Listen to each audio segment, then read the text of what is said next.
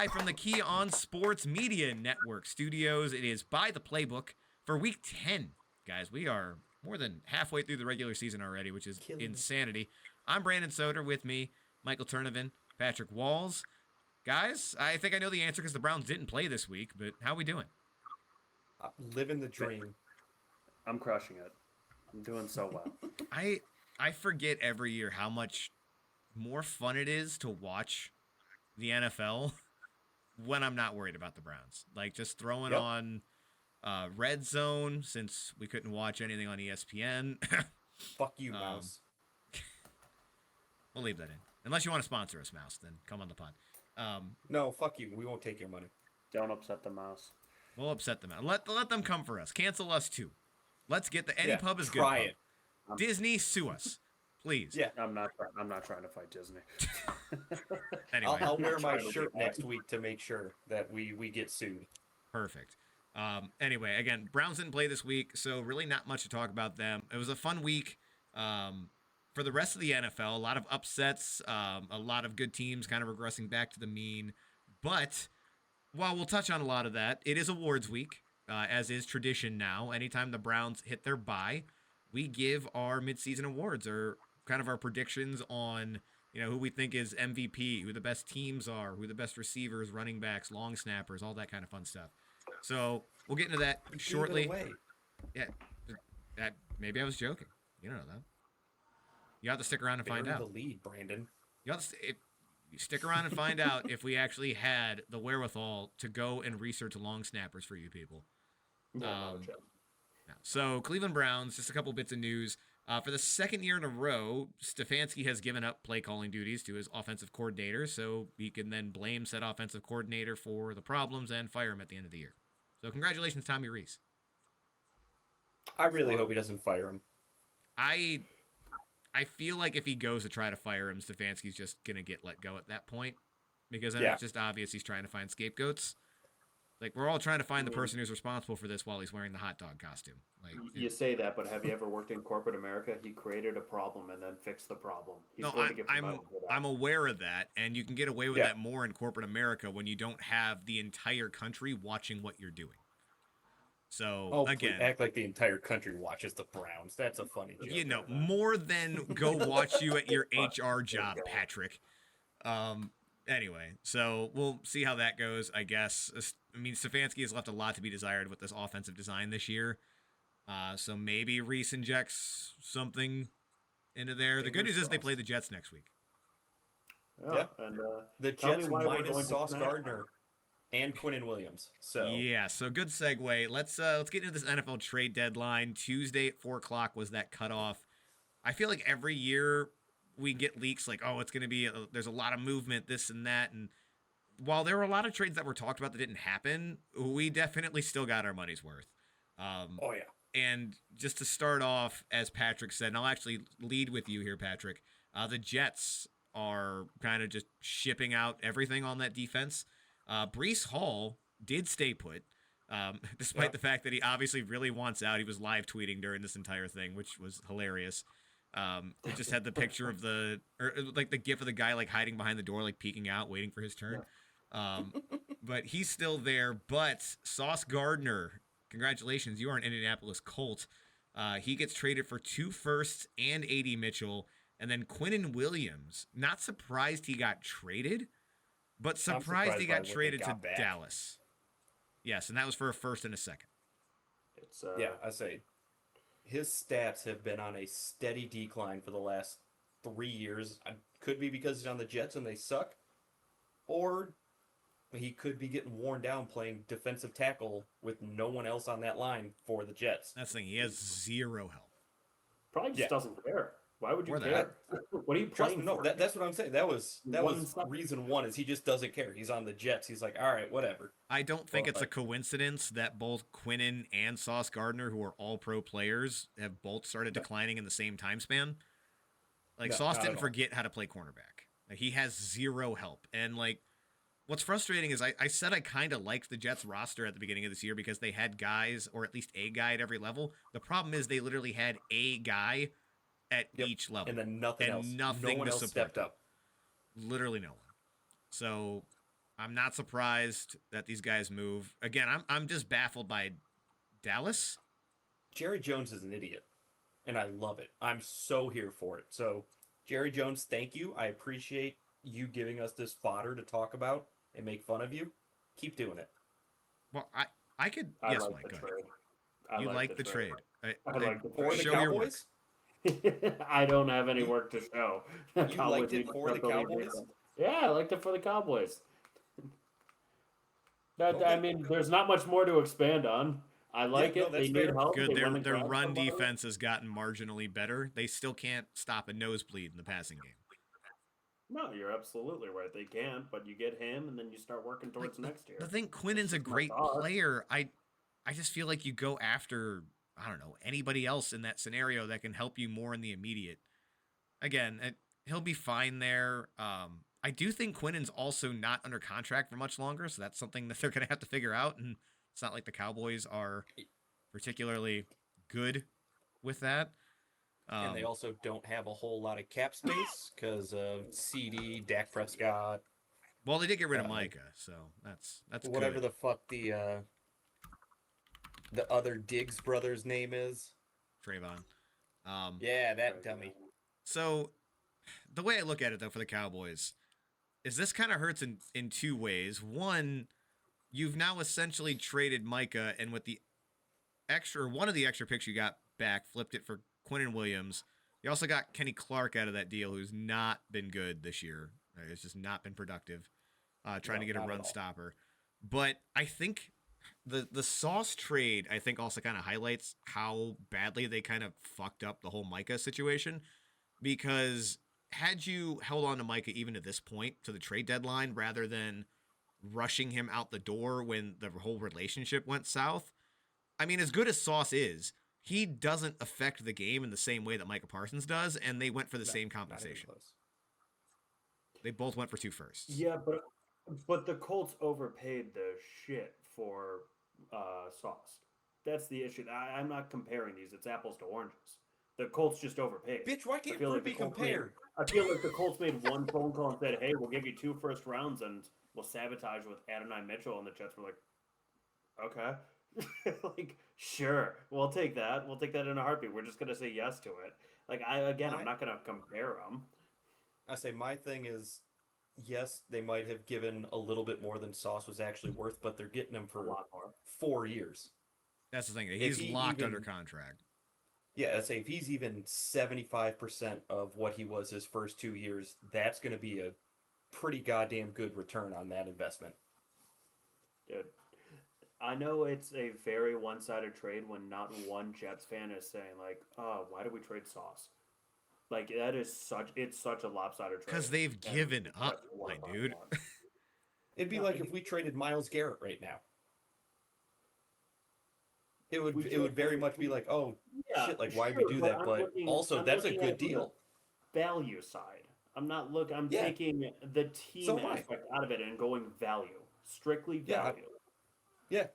If we got 2 first-round picks for Myles Garrett, I'd be pretty happy. And look, I'm thinking if we're comparing that, we need 3 first-round picks for Myles Garrett. I do agree there, value-wise, yes. Because you're overpaying. The whole point is you're overpaying for him. They may have. You can argue that they overpaid. I still like Sauce a lot. I think, if anything, it was a slight reach. But when you look at the Colts situation, where they've caught this Danny Dimes lightning in a bottle kind of thing that could fall off the track at any second, they have not been able or just haven't been willing to draft and try to develop quarterbacks for as long as I can remember now, since Andrew Luck. It's like they drafted a guy that was good. He burned them by retiring early, and they're like, no, we're just not going to do that. Oh, Anthony Richardson. Oh, never mind. No, we're done. They're completely out of it. Sorry, I thought you were talking about Vontae Davis. No. Forgot about I was like, I thought he retired when he was on the Bills, but he sure did at halftime. Yeah. But what a dude. I mean, they're trying to capture like their winning window that they did not expect. It's also a position of need. I know Charvarius Ward, I believe, is out for the year, or at least out for a significant portion of time. They need that secondary help. Yeah, and this was one of the few pieces this team kind of needed to hopefully make a Super Bowl run. Now, they didn't look great last week against Pittsburgh, so the timing doesn't look amazing, but I think people would have been even more on the Colts side had they, rolled the Steelers and still only had one loss on the year, and then you add Sauce Gardner. I think some of the reservation is coming from, oh, is Daniel Jones turning back into a pumpkin because we finally saw the shitty Daniel Jones, or is this just a 1 week thing? So if we come out next week and Daniel Jones looks the exact same way, yeah, Mike, I'm with you. People are going to hit the panic button. It was going to be an overpay. But, man, if they get right back on track, no one's going to give a shit if they're making a run. Well, again, I think we're taking a negative connotation to overpaying. You can overpay for anything that you want. That's what you do to guarantee you get it. It doesn't mean you didn't overpay. All I'm saying is that they gave a little more than they needed to for Sauce. That's fair. That was just my point with the overpay. It's not a bad. They did the right thing. The Colts did the absolute right thing. I'm not going to repeat everything you just said. It was the right move. Thank you, Mike. Appreciate that. A couple other trades to hit on. Those are obviously the big ones. The Browns traded Joe Tryon-Sharinka for pennies. I believe it was like a literal 7th to 6th pick swap kind of bullshit. Yeah, basically. Was that in division? Did we send him to Baltimore? On for a second. Did he go to Baltimore? No. Where did he go? No, he went to the Bears. Oh, the Bears. That's right. Yep, sorry. I was just thinking of defensive line needy teams.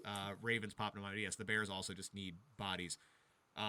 So insignificant. I mean, obviously we traded Joe Flacco and Greg Newsome earlier on in the cycle. Rashid Shaheed to Seattle, which I love that. That's going to be a scary receiving core. If he stays healthy. If he stays healthy. And if Cooper Kupp stays healthy. I think they made this move partially because of Kupp. Yeah.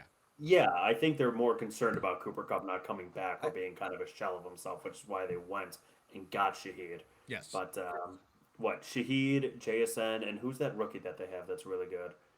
Troy Horton or Torrey Horton? It's Torrey Horton. Torrey Horton. They're tight end. There's really Torrey Horton and Troy Franklin, so I get them mixed up. Those three are going to be so good. If Darnold keeps it up, like apparently Darnold is good. He just had to get away from the Jets and the Panthers. Shockingly, two of the worst 3 franchises in the league. Yeah, who would have thought? Receiving core, good. So Rashid Shaheed to Seattle again. I like that a lot, especially now. If he is the legit field stretcher there that he was in New Orleans, even if he's not productive, you're just opening the field up that much more for JSN, who doesn't need the help to be productive. And we'll talk more about JSN, I'm sure, later in this show. Another receiver move, Jacoby Myers in Jacksonville, which I like Jacoby a lot. I don't think this fixes the Jaguars' passing game by any stretch. The absolute quietest hold-in ever. This man requested a trade politely about 4 months ago, and then not another word, and then he got traded. Not a word after he got traded, just a cool, finally. Do you remember when they told him no? Yeah. Can I be traded? Oh, okay, cool. No. Hey, man, ask and you shall receive. Just shut up and went back to work, and now he's traded. He's like, all right, it worked. The well-greased wheel gets the cheese, as they say. So again, I don't see that being a significant thing in Jacksonville, other than their receivers have not been particularly healthy. Travis Hunter's been going in and out. BTJ hasn't been what we thought he was going to be. Hunter's on IR. Yeah, Hunter's on IR for a couple weeks. Right, yeah. Travis Hunter's on injured reserve. I think BTJ has was it a high ankle sprain? It's something with his ankle. I saw a rolled ankle. Was it rolled ankle? I just knew it was something with his ankle. Yeah. So they literally need bodies. So if you need that, I mean, Jacoby's about as reliable of a target as you're going to get. Yep. So I don't hate that. Parker Washington was their wide receiver 1 for like 4 days, and I think he fumbled twice in their last game. Okay. Yeah, understandable. Jalen Phillips heading to Philadelphia. The Dolphins were another team that were getting rid of a couple guys there towards the end. Fuck Howie Roseman. Fucking Howie. Did it again. I don't know how the man is incredible, but he did it again. Howie did it. Howie did You're it. welcome. Do you think he's that guy who just like places phone calls to people all day and just wears them down? 100%, yeah. Just like, what are you doing? And like, what's up? No, you want to trade Jalen Phillips yet? No. Okay, I'm gonna call you back 3 times every day for the next month and a half, and eventually you're just gonna want to get rid of me, so you'll give him to me. It's the scene from Elf where Buddy's calling his dad like, "I saw a bird today. Okay, I'll call you back in 5 minutes. Bye." Yeah, love you. Bye.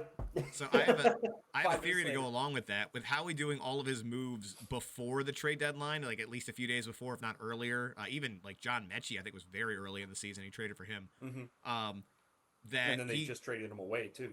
That's true, yeah. But he did all that wheeling and dealing early just to make everyone paranoid when it came to the day of, waiting for him to continue making phone calls, and then he just didn't, which is why we saw all this movement and overpaying. So, like, Howie's got to be up to something. He's way too fucking quiet. What's going on? And then he just never touched it. Genius. He's always going to get the benefit of the doubt. The dude's... Until he fucks up. Yeah, but I mean, if this Jalen Hurts guy doesn't pan out, we'll see. Logan Wilson to the Cowboys. That was another interesting one in just that, like, he obviously helps the Cowboys linebacking core. They don't have much, but the poor guy just went from the 32nd ranked defense in the NFL to the 31st defense. And he wasn't even in the a NFL. starter in the 32nd. Poor guy. So, big move. Again, this is another big thing about Jerry Jones being an idiot, because he was bragging about this after they lost to the Cardinals. Like, oh yeah, we already got it traded. We're going to be so good. That was really funny, actually. You fucking idiot. We got a trade. It's coming. It's Logan Wilson. And that's, again, there's a lot of smaller trades and things like that, but those are the big ones, guys. But anything else y'all would like to throw in before we start getting into our awards? I just want to hear about Jim. Jim? Well, I've got good tell news. us about Jim. I've got great Let's news. snap into a Slim Jim. Oh! Anyway, for over 2 decades, Jim McConville of Helene Kia in North Olmsted on Lorraine Road has been your trusted source for all new and used vehicles. With knowledge of the car buying industry and experience you can trust, Jim makes sure the customer is satisfied, safe, and drives away in a car that they can afford and enjoy.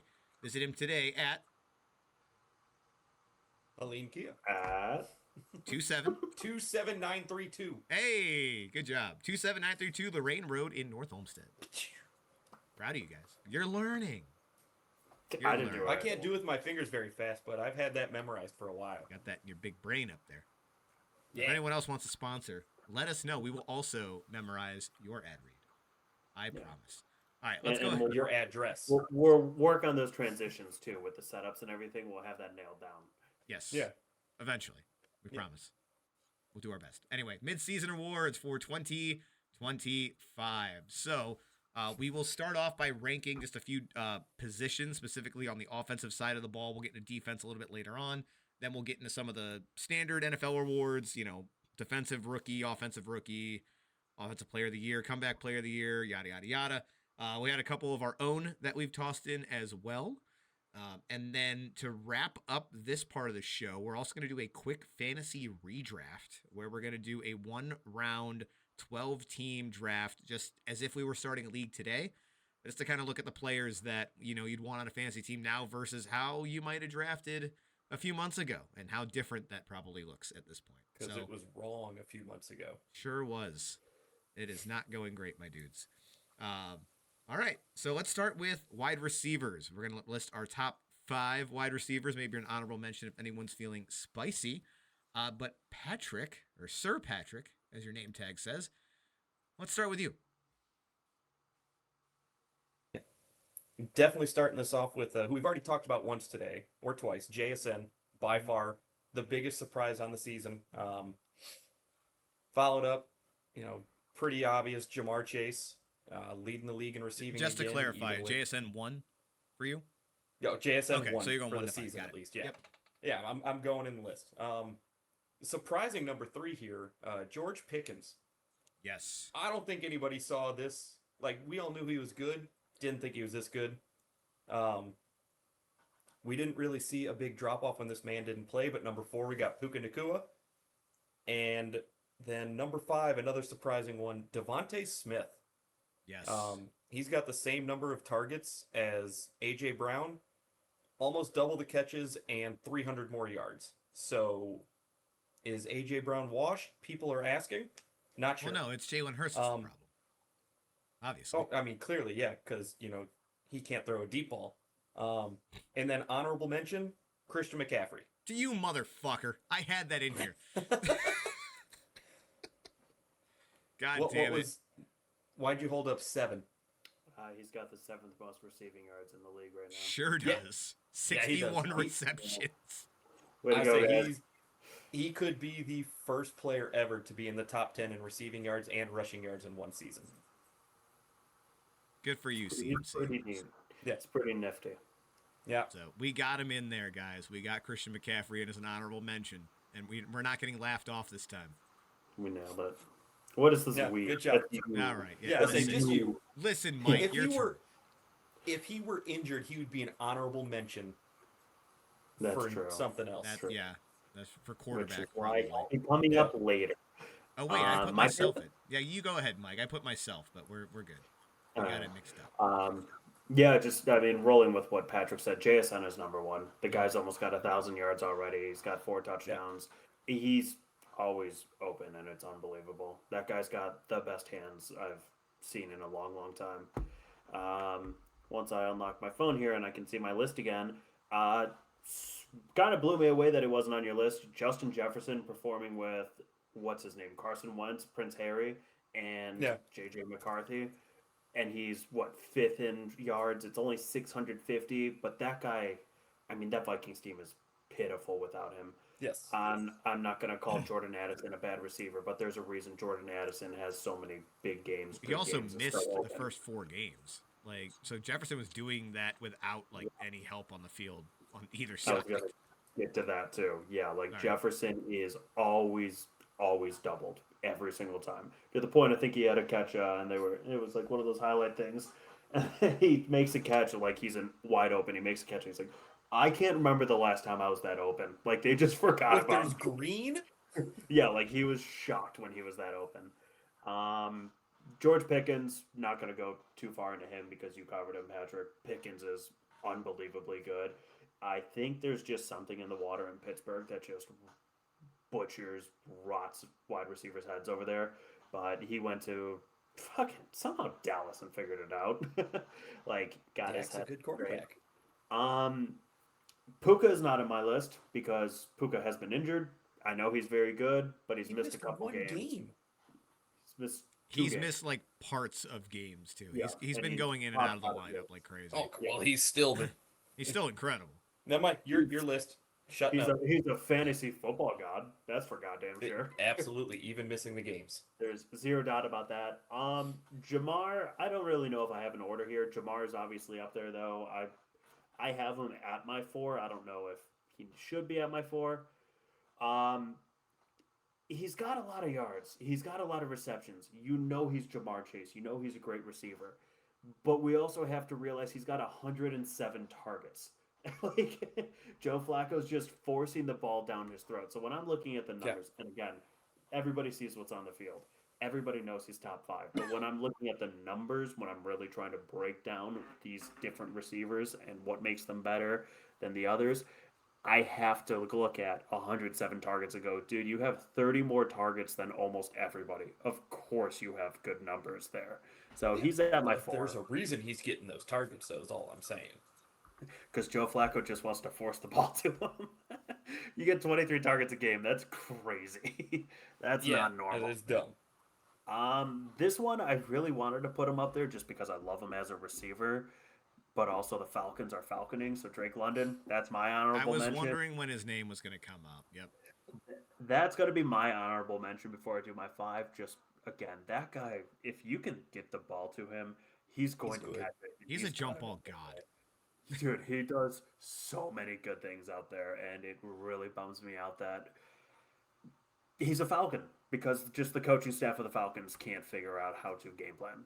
But my number 5 is Amon-Ra. Go ahead. Brandon, didn't you say that Drake London was not your top guy in that receiving class that he came out Garrett Wilson was. That was a stacked class. You got to understand. I said that was him, Olave, Drake London, Jameson Williams. Yes. That was Traylon Burks was in that one. Who else was? I think Christian Watson was that year. Traylon Burks, great receiver. No, only be I love how that's the name he pulls. But No. Traylon Burks was supposed to be AJ Brown. Remember that? Yeah, That's true. I mean, they that traded worked him out. away for it. Yeah.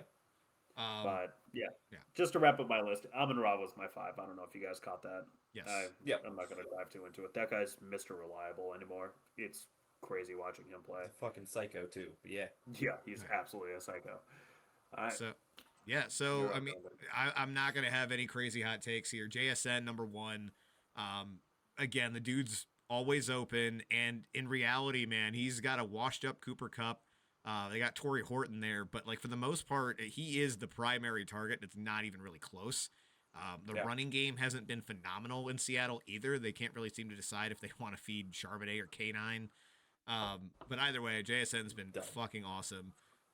Ton of fun to watch this year, going along with the second now resurgence of Sam Darnold. I hope they can keep it up because I really like Seattle this year. Jamar Chase, number 2. I was getting a little bit nervous there with him with Jake Browning, because like that entire offense kind of fell apart. But with Joe Flacco coming in, he has life now, and he's reminding everybody that he is still one of the best receivers in the fucking league. And to just force feed him the ball, and good things are going to happen. Justin Jefferson, 3, for a lot of the same reasons Mike said. He has not had good quarterback play at all this year, and still incredibly productive, making the big plays. The touchdown numbers aren't quite there, but again, they never are. They have no offensive line. They have no real good quarterback play. McCarthy did look good this last week, but every other week he has not been working with much. Better, I should say. Puka Nacua, number 4. Again, injury concerns long-term for him this season. But when he's out there, I mean, that Rams offense is so dynamic. Devontae Adams is another name that hasn't really come up yet, but absolutely should. Yeah. He has kind of been put more into like a red zone target specialist, but boy, has he been fucking good at that. So that's been fun to watch. He's not in my top 5 here, but at least needed a shout. Again, a lot of great receivers in this league. Drake London, 5. I'm not looking at the team's success when I judge a player's actual ability. And you saw when he was out a couple weeks ago now against the Dolphins and given Penix was out as well, but they could do nothing to move the ball. When Drake London's in there, they've at least got a chance to get the offense going and get it rolling.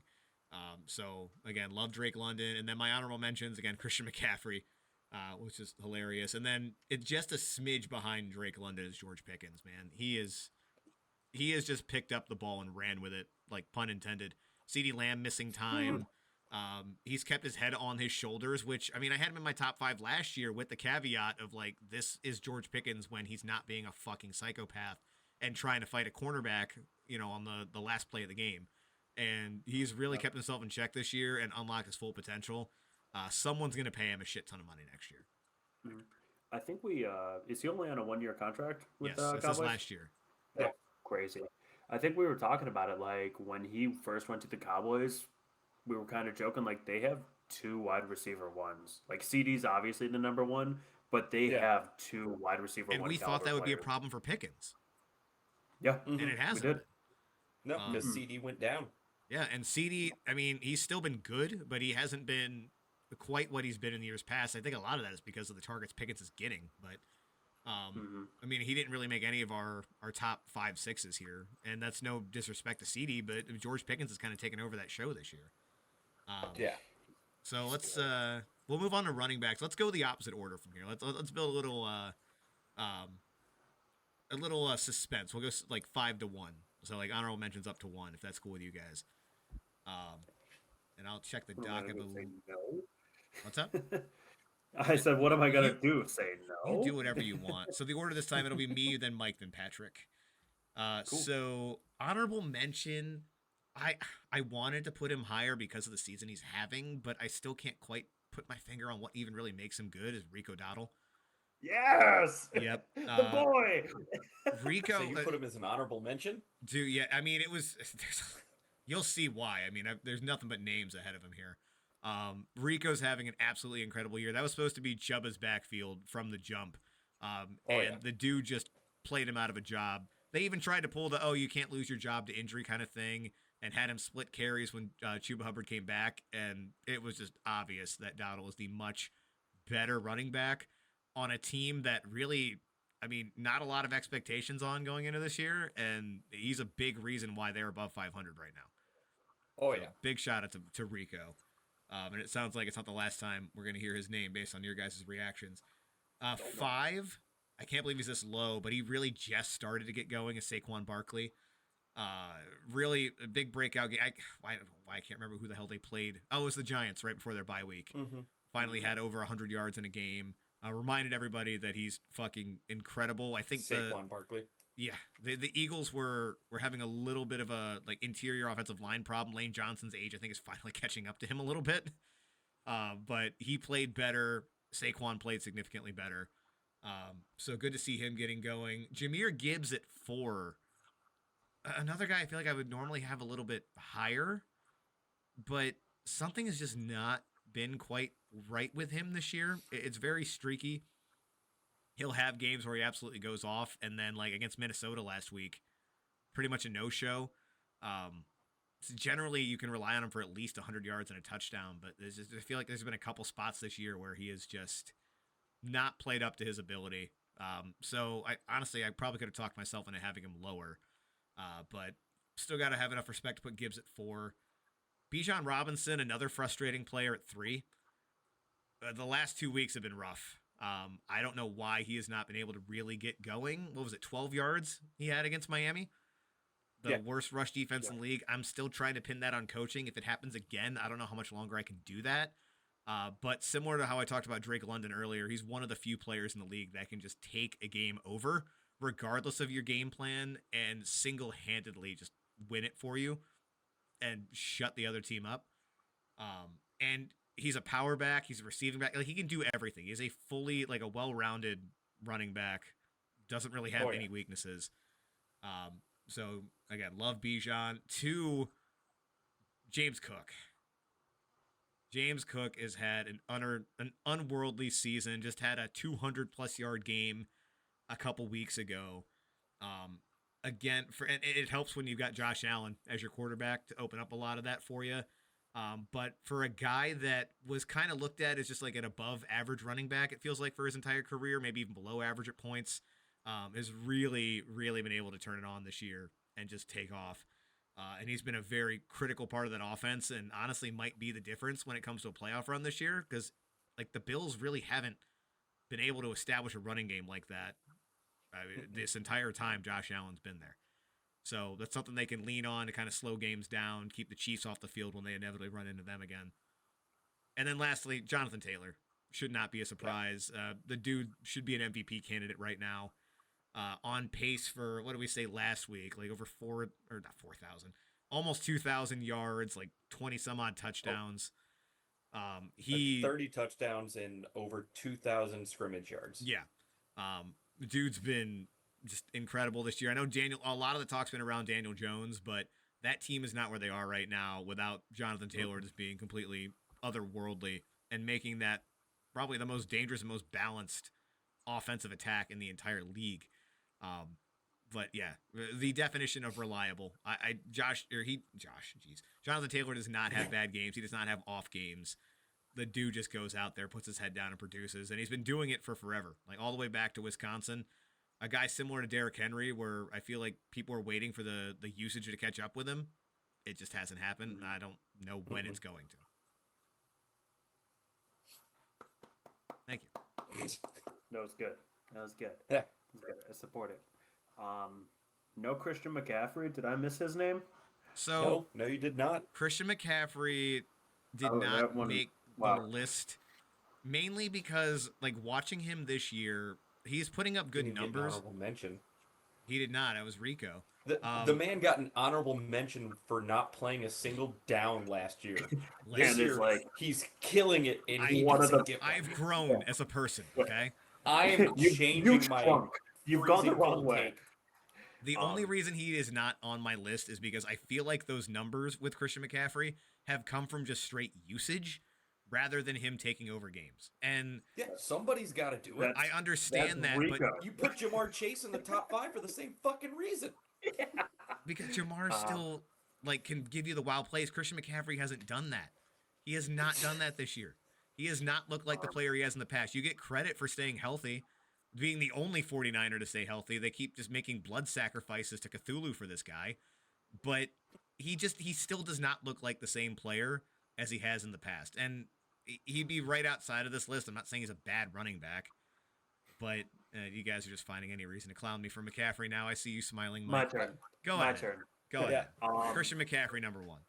Saquon and Gibbs are not in my top 5 Wow. because I'm not Okay. giving them projected. Well, if they were, they're streaky. They haven't been It's the playing eye well. They're out of test. the top 5. There's my they're out of my guy. top 5.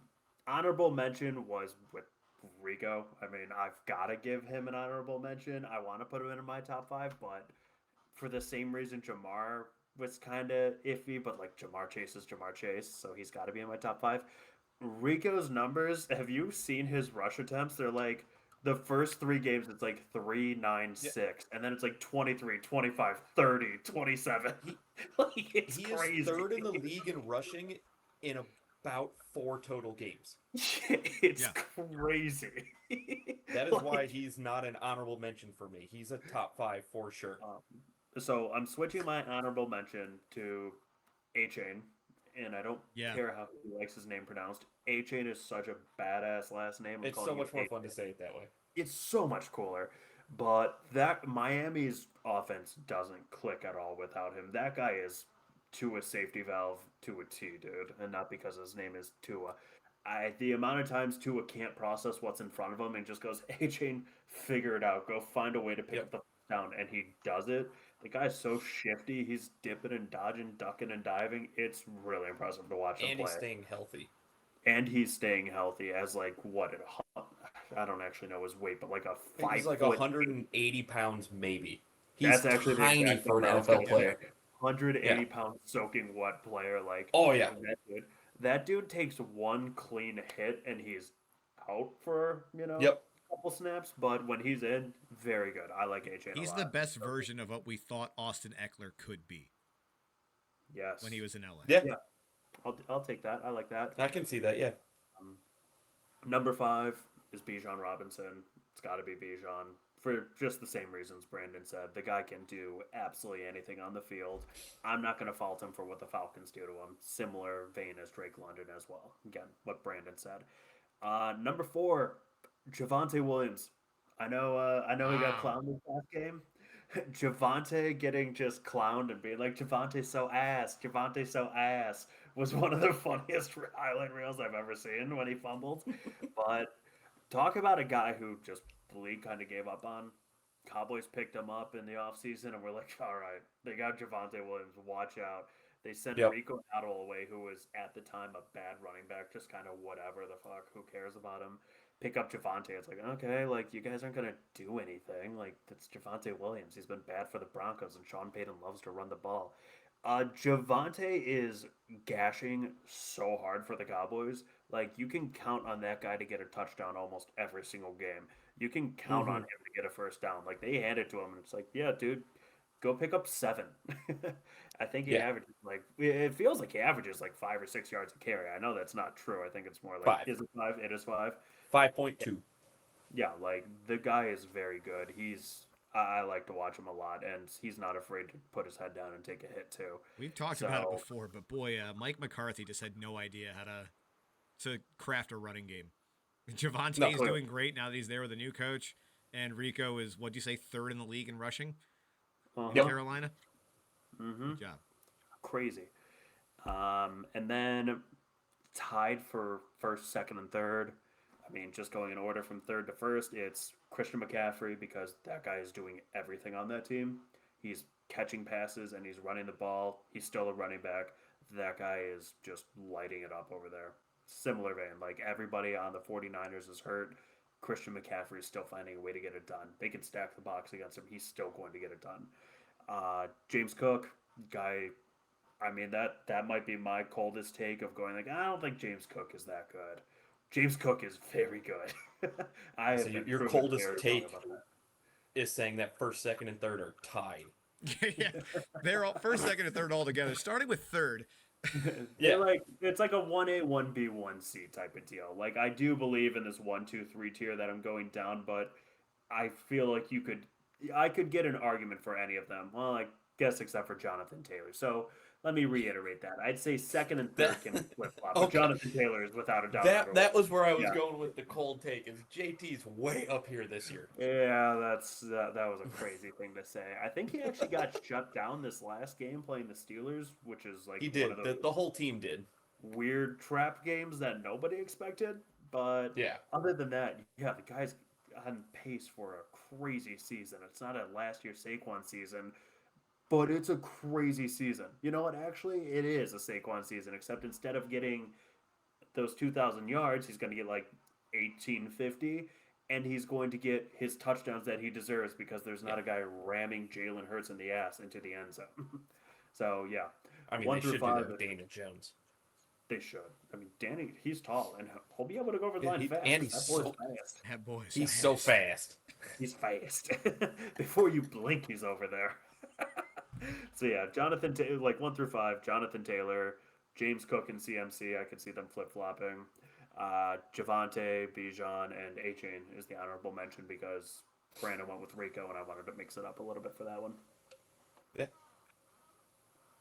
All right. It's good. CMC not being a Brandon is crazy. Oh yeah, 100%. I say kind of the same, but different, but still same. My honorable mention, even though this man is probably about to lose his job up until this point, he has been a revelation. J.K. Dobbins.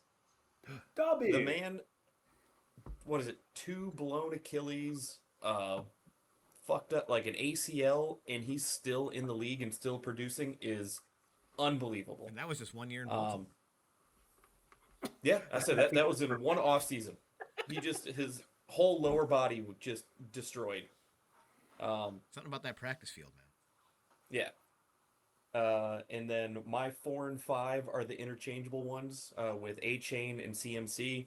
They're both basically the only option for their team. I know Jalen Waddle's putting up some decent numbers, but without A-Chain, that Dolphins offense is even more anemic than it is now, and CMC is the entirety of that offense outside of that random Kendrick Bourne game. And then, like I alluded to earlier, Rico Dowdle, he's my number 3. Within, I think it's 4.5 games total, he has put up over 650 of his 735 yards. So imagine if he was the starter from week 1, we'd be talking about him right up there with Jonathan Taylor.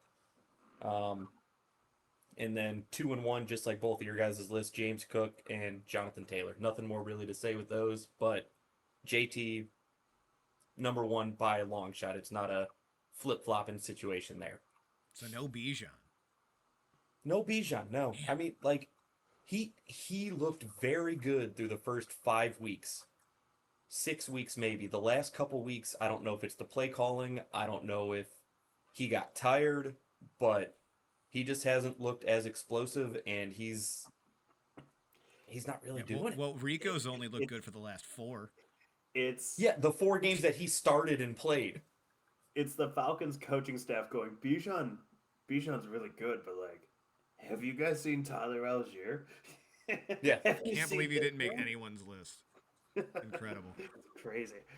Notable. Dude, Yeah. what about Bill? Ja'Cory? Nobody? Bill?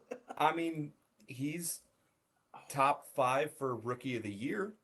Offensive. Did not know that. Actually, though, we've had legitimate honorable mentions. In memoriam for skateboard. I think Cam Scatabo deserves an honorable mention too. Because that guy He would have been in the offensive rookie conversations for sure. Same. He was having a year before his foot said no. Yeah. One guy that I'm surprised I guess I'm not surprised it didn't come up at all, but someone I could see being in the top 5 by the end of the year because they seem to have just started to get going is Derrick Henry. Like, he had one incredible game to start the year, seemed like he was falling off, and now maybe with Lamar Jackson back, seems like he might be getting a little bit of it back. I'm not betting on it. I'm just saying I wouldn't be surprised if he's back to form by the time, we get to the playoffs. Yeah. That'd be I know mentioned. he hasn't been having a Derrick Henry year, but I didn't think he had fallen off like that. Not falling Like, off, I but thought again, you were like, he didn't even come up in honorable mentions. That is never happen in a conversation around running backs while Derrick Henry's been a stud. Yeah, that'll happen when you're 31 years old. Oh wow! Can't imagine. Yeah.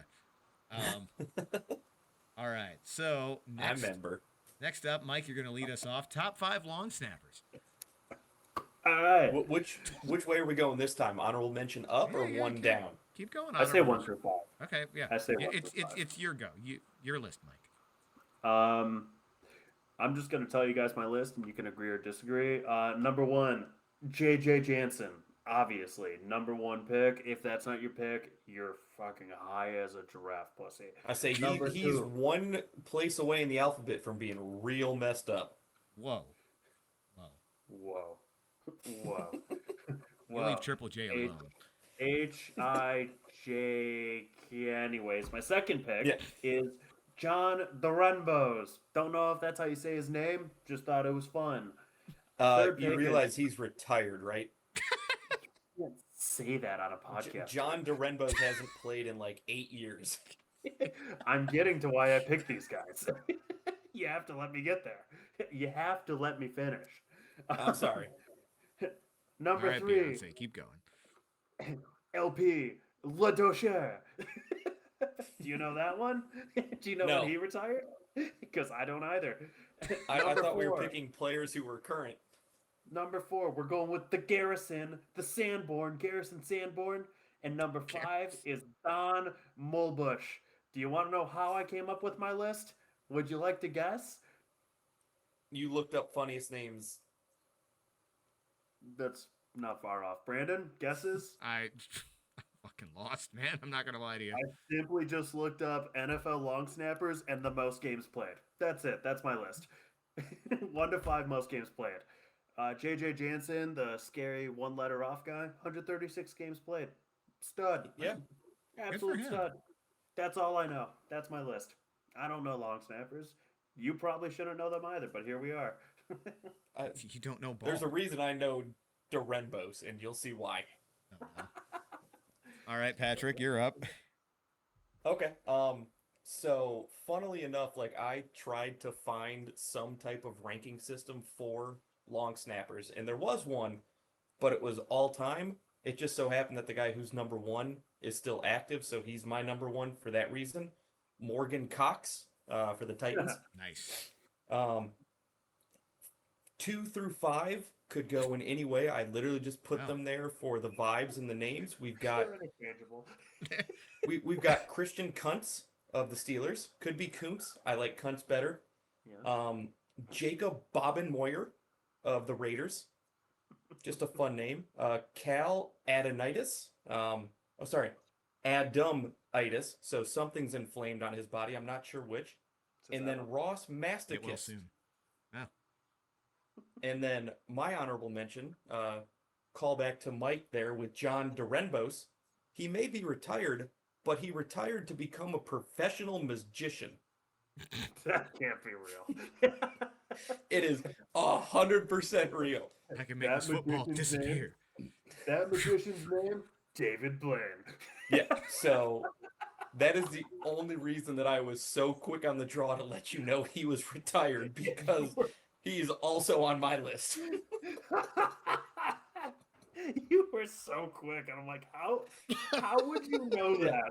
He knows had ball. nothing to do with my previous knowledge. It was entirely because I knew that man was now a magician. All right. Well, I can't follow. Studies, by the way. We covered gender studies in 1 and 2, just from the cocks to the cunts. Immediately knocked that out. It's all set. Well, I can't follow that up. Unlike you, Savages, I did go with a ranking system. Number 1, Andrew DePaula from Minnesota. Shout out Mike's Bikes. Snaps the ball really well. The RPMs, just otherworldly. Josh Do you have Harris. that on hand? Do you know it? No.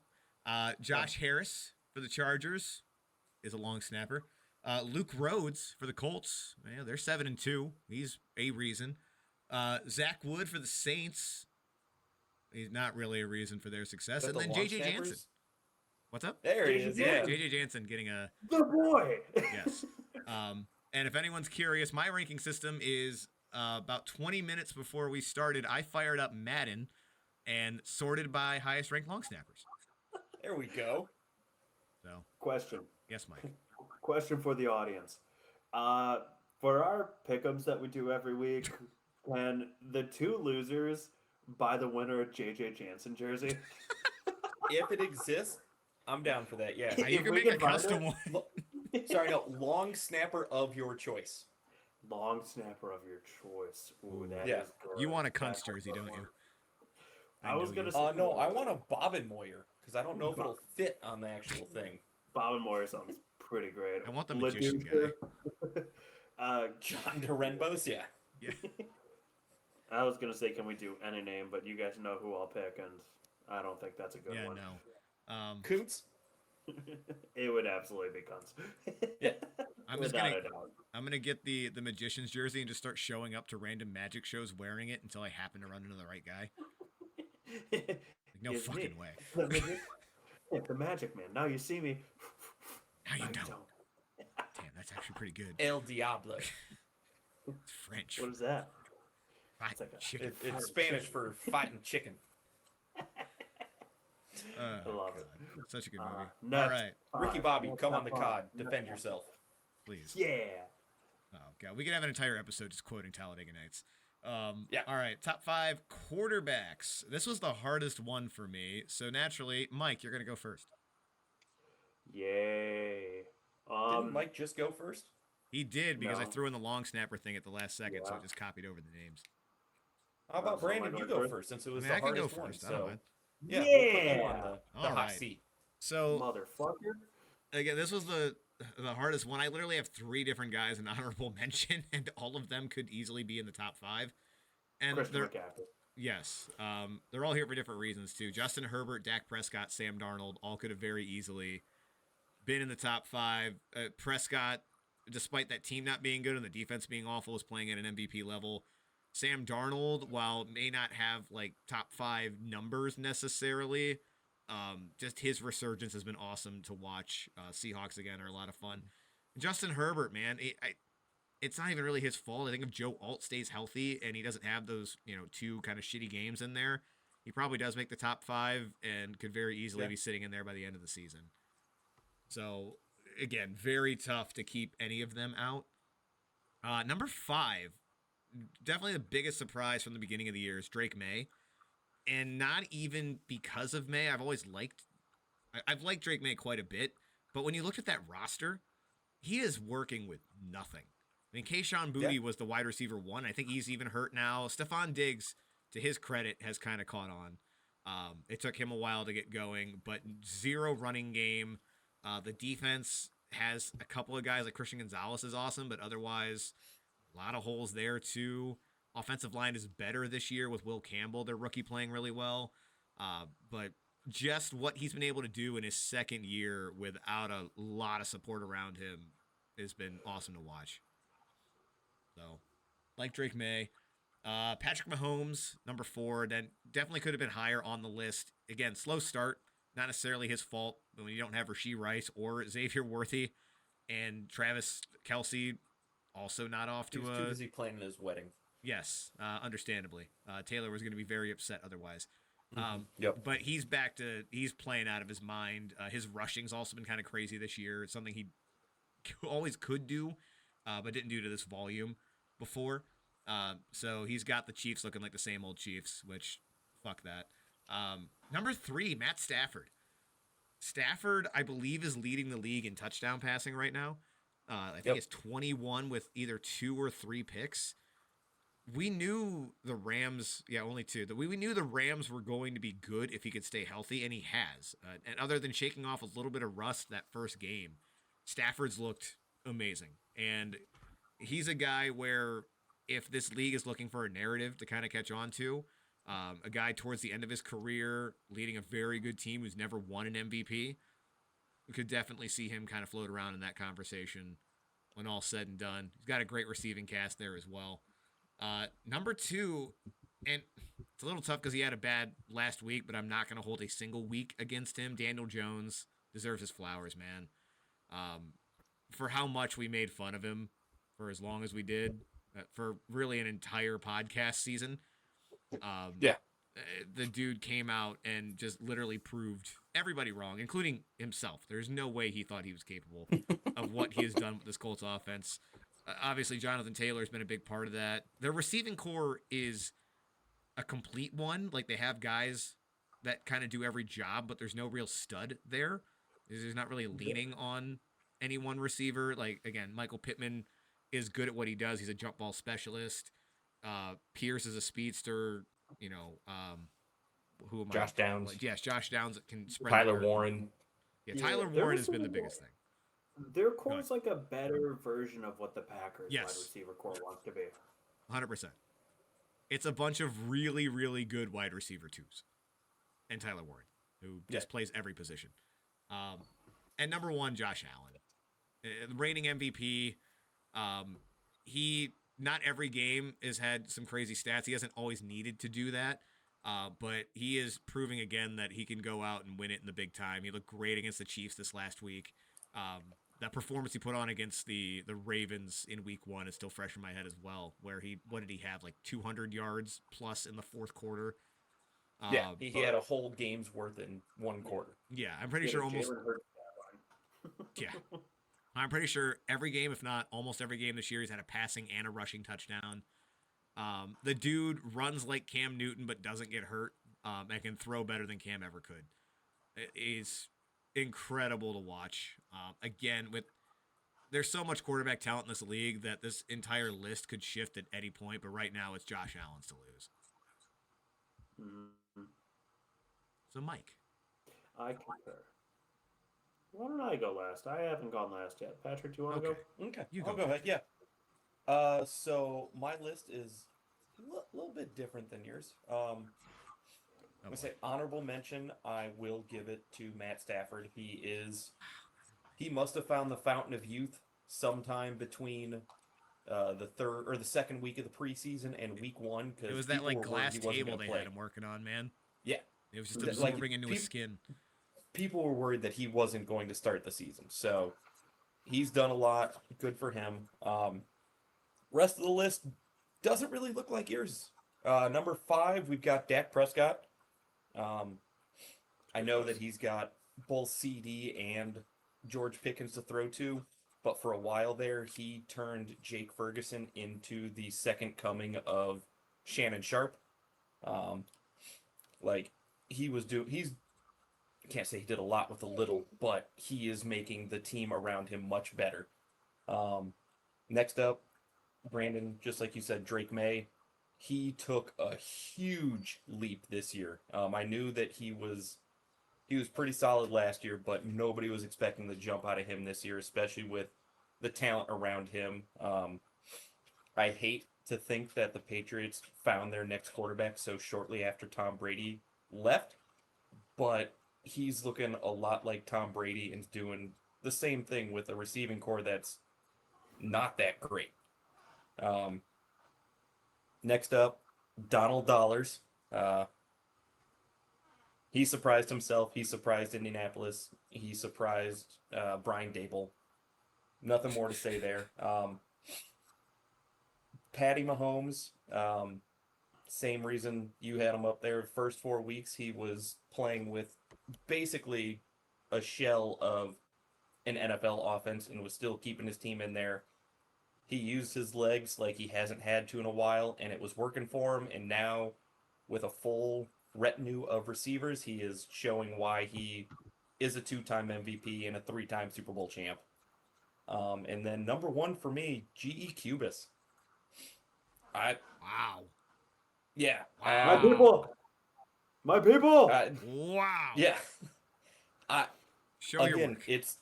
it's more or less the same reason for Donald Dollars, but he is now doing it for a second season in a row with a completely different receiving cast and no Justin Jefferson. No hate against JSN. He is playing out of his mind this year. The guy that all three of us just said was the number 1 receiver in the league. Yes, we all had him listed as the number 1 receiver in the league, but if we're going past experience, Justin Jefferson is top 2 in the league every year at the start of the season. Sure.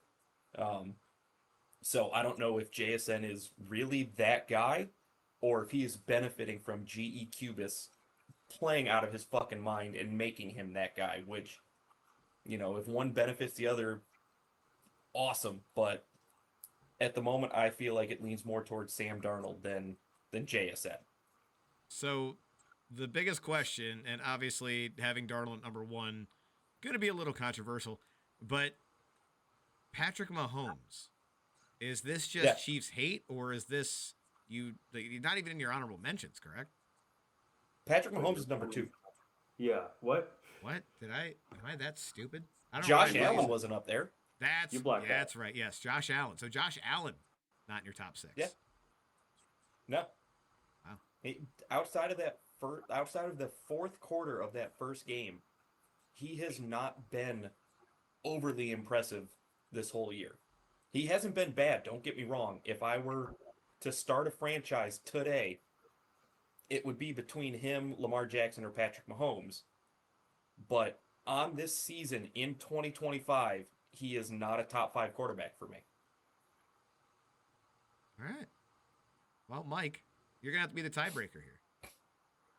What do you got? Mine are Dylon, Dylon, Dylon, Dylon, and Dylon. And you guys don't get that reference clearly, so that's a real bummer. Sure don't. Nope, not at all. Wow, that's such a bummer. I'm going 1 through 5 is Patrick Mahomes, Matt Stafford, Josh Allen, Daniel Jones, Drake May, and my honorable mention is the goofball himself, Jared Goff, Oh. Mr. Ryan Gosling, Mr. Sneaky Gosling. No over there GE who- Cubis in there for you? No, I want to put GE Cubis in there, but he's already mentioned. He's already taken for.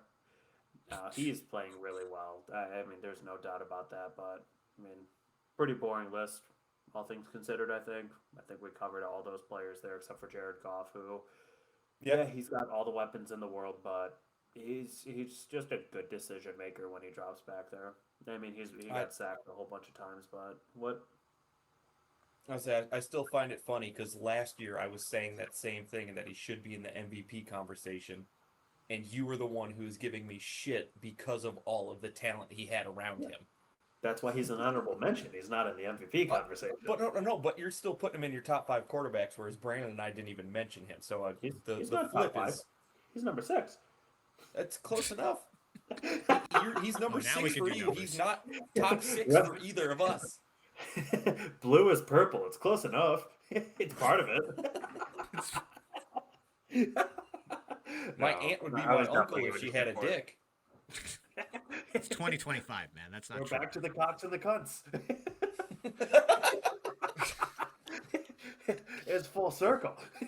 Yeah. Speaking of long snappers, was your uncle a long snapper? No. Because I'll tell you what, I bet he was a long clapper. This is spiraling we quickly. laugh. All We right. laugh. Just laugh and enjoy it. Have some fun. Yeah, Brandon. Oh, okay. Next So, top The five. NFH, Next the top fun 5. host. Yeah. So I'm the one who has to keep this thing on track so it doesn't go 4 hours. Yeah. So different number ones for everybody.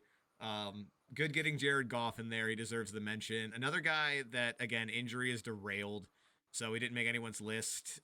Lamar Jackson, though, was playing at an insane level before that happened. That's the reason he's I not was waiting here. for this. Again, He'd be top he's not 5 an if he honorable. were healthy. Well, you guys also made mention of. No, you guys are doing the same shit for other receivers and running backs and crap. That I'm just stating that injury. Yeah, you brought up for Scatabo. Why is Scatabo getting brought up, huh, Mike? He's hurt. Because that guy actually played. CMC didn't play. There is a difference. I'm talking about Lamar Jackson. I know CMC had not played a game. I'm not talking about CMC. I'm know you're talking not, but about we're gonna give Lamar you shit fucking for it. Jackson. We're still Stop gonna give trying you to shit shoehorn because of CMC and that. everything, Brandon. The love of God. Golly. Never gonna. Also- I can't win. Can we talk about the disrespect to Jalen Hurts? He was in nobody's top 5. Sure wasn't. Anyway, That's all I have to say. All right, so top teams, top 5 teams. After this, we will move from top fives and start getting an actual awards.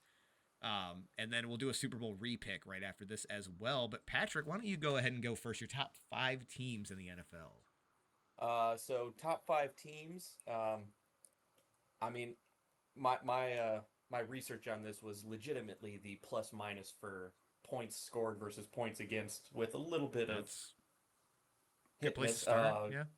Yeah, Broncos number 5. I'm not giving an honorable mention here. I'm going straight for it. Broncos number 5.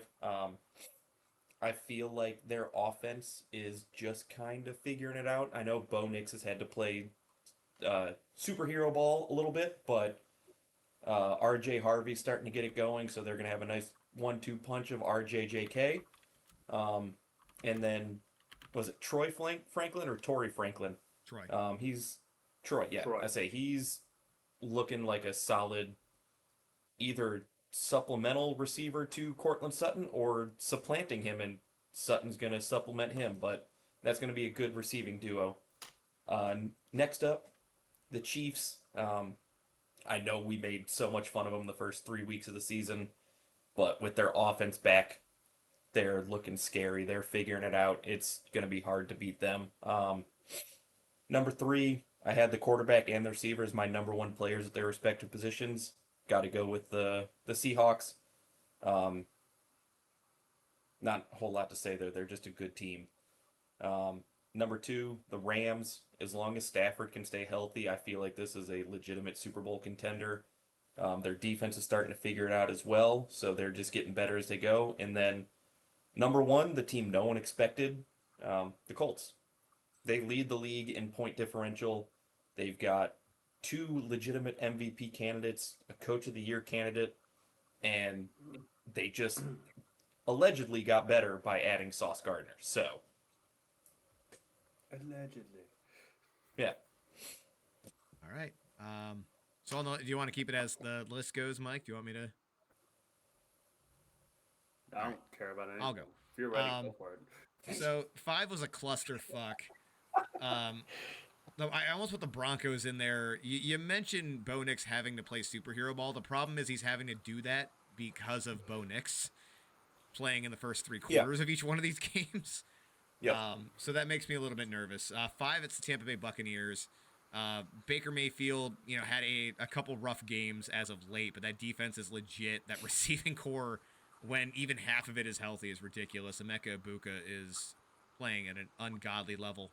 I thought you were tired of the Bucs. I am, but I still respect them enough to put them at 5. I'm sick of watching them win. Number 4, Seattle Seahawks. Everything's just kind of clicking for them. Offensive line play has been stellar, which is a real weak point for them last year. Sam Darnold's getting the ball out quick. JSN, again, top receiver in the league right now. And they've been rolling. Number 3, Buffalo Bills. Another one where, there's no core that really wows me other than, James Cook's been awesome. Obviously, Josh Allen's been awesome.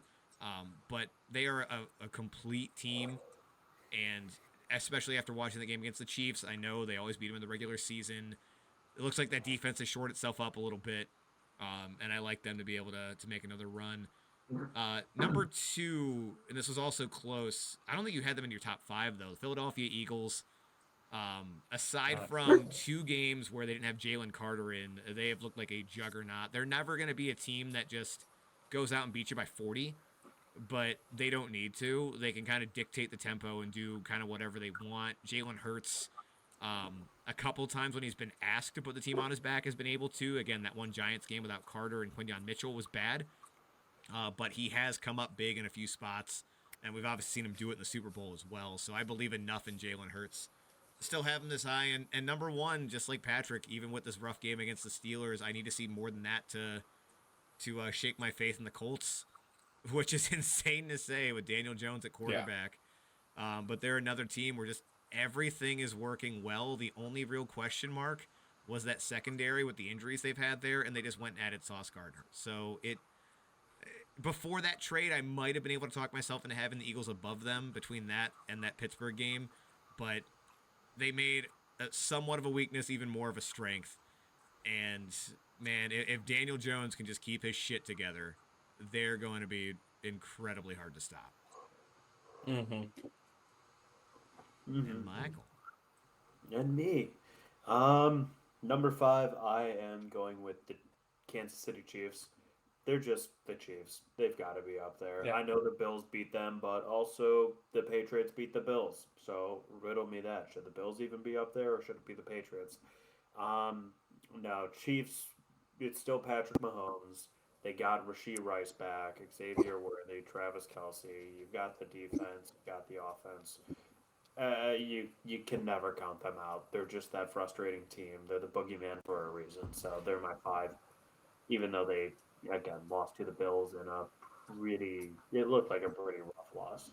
Um, the Rams, boy genius coaching with Sean McVay. You've got Puka Nakua. You got Devontae Adams. They seem to have a endless bag of tight ends that they're randomly going to get the ball to for like 25-yard pickups and touchdowns. Stafford, I think Patrick, you said it. If Stafford keeps playing the way he's playing, that's a Super Bowl team. No, Yeah. that team is very, very good. Seahawks are my 3. Just I don't know. Darnold is playing very well. Same thing with JSN. We can dive back into JSN. I still think K9's the better running back on that team, but Yes. they seem to shuffle back and forth between the two of them, and it works. And as long as neither of them are greedy or goes on an AJ Brown tangent of losing their mind and hating their quarterback, hating their coach, it's clicking. And that defense is legit. Number 2 is Colts, because we've seen the Colts, we've seen what they've done. They up until I think the Steelers game, they probably had the most points per drive. Were they still holding that record? They probably still They do. they still do. They still have that. That's crazy. They still have that. Yeah. It's like, for as bad as that game was, too, they still only lost to the Steelers by a touchdown. Yeah. Yeah. With 6 turnovers. That team is just. I don't know where it came from. It's night and day. You take Anthony Richardson out and you put Daniel Jones in, and that team just clicked. It is Daniel wild. Jones just doesn't get tired. It's He true. can just run and run and run. It's ridiculous. And again, He's gotten so good at mouth breathing. like again, I know we dogged Daniel Jones all of last year, but he comes out this year and looks like a very competent quarterback. He's one of the best quarterbacks, if not the best quarterback this year. I mean, again, you can argue how many yards somebody has, how many touchdowns, whatever. How bad was Anthony Richardson to not be able to put anything together for this team? Like, what'd they go last year? Like 4-13 or something crazy? Like, how bad? It was something was bad. that guy? It's crazy to think back to that. But last but not least, but certainly last, are the Philadelphia Eagles. I mean, that's a team, I can't even say that you have to catch them sleeping, because even when you catch them sleeping, they've still got a pretty good chance to win these games. You have to catch them injured. They can do it on defense, they can do it on offense. They can run, they can pass. And that team, I mean, it's just stacked on both sides. They're scary. All right. And that's all I have to say about that. So, relatively in agreement, boys. Yeah. Nothing to really pick on anybody for there, I don't believe. So, let's get into Super Bowl repicks. So, we all had our picks at the beginning of the year. Bird If Bowl. everyone remembers, it was the Bird Bowl. Birds. Both Patrick and Mike had Ravens over Eagles, if I remember correctly. Sure did. And then I had Believe Eagles so, over yeah. Ravens. So getting into it, I'll start. I'm going to put it this way. If I had a bet on the Super Bowl being Ravens-Eagles, I would not cash it out right now. Because, It's still again, very much a the possibility. Ravens, yes. The Ravens, obviously, it was Miami. But with Lamar Jackson back, it seems like they're heading in the right direction. But if we're picking fresh today, the pessimist in me would take Chiefs, Ravens, Chiefs, Eagles, rather. It just feels like the Chiefs they found themselves. It was a rough start to the year. They got all their receivers back. They're healthy, and it just feels like the same old fucking Chiefs. As much as I like the Colts, Daniel Jones isn't going to have to play the Chiefs at all this year until the playoffs, potentially. And I just feel like Andy Reid's going to find some way to exploit that. And having to go out there and outduel Patrick Mahomes on a biggest stage like that is a whole different fucking animal. So it'd be Chiefs Eagles if I was resetting it today. Yeah, there's a reason every sport says playoffs are different. When you hit the playoffs, man, this Colts team has to show me that they have what it takes Yes. to make a deep run. And I hope Like they do.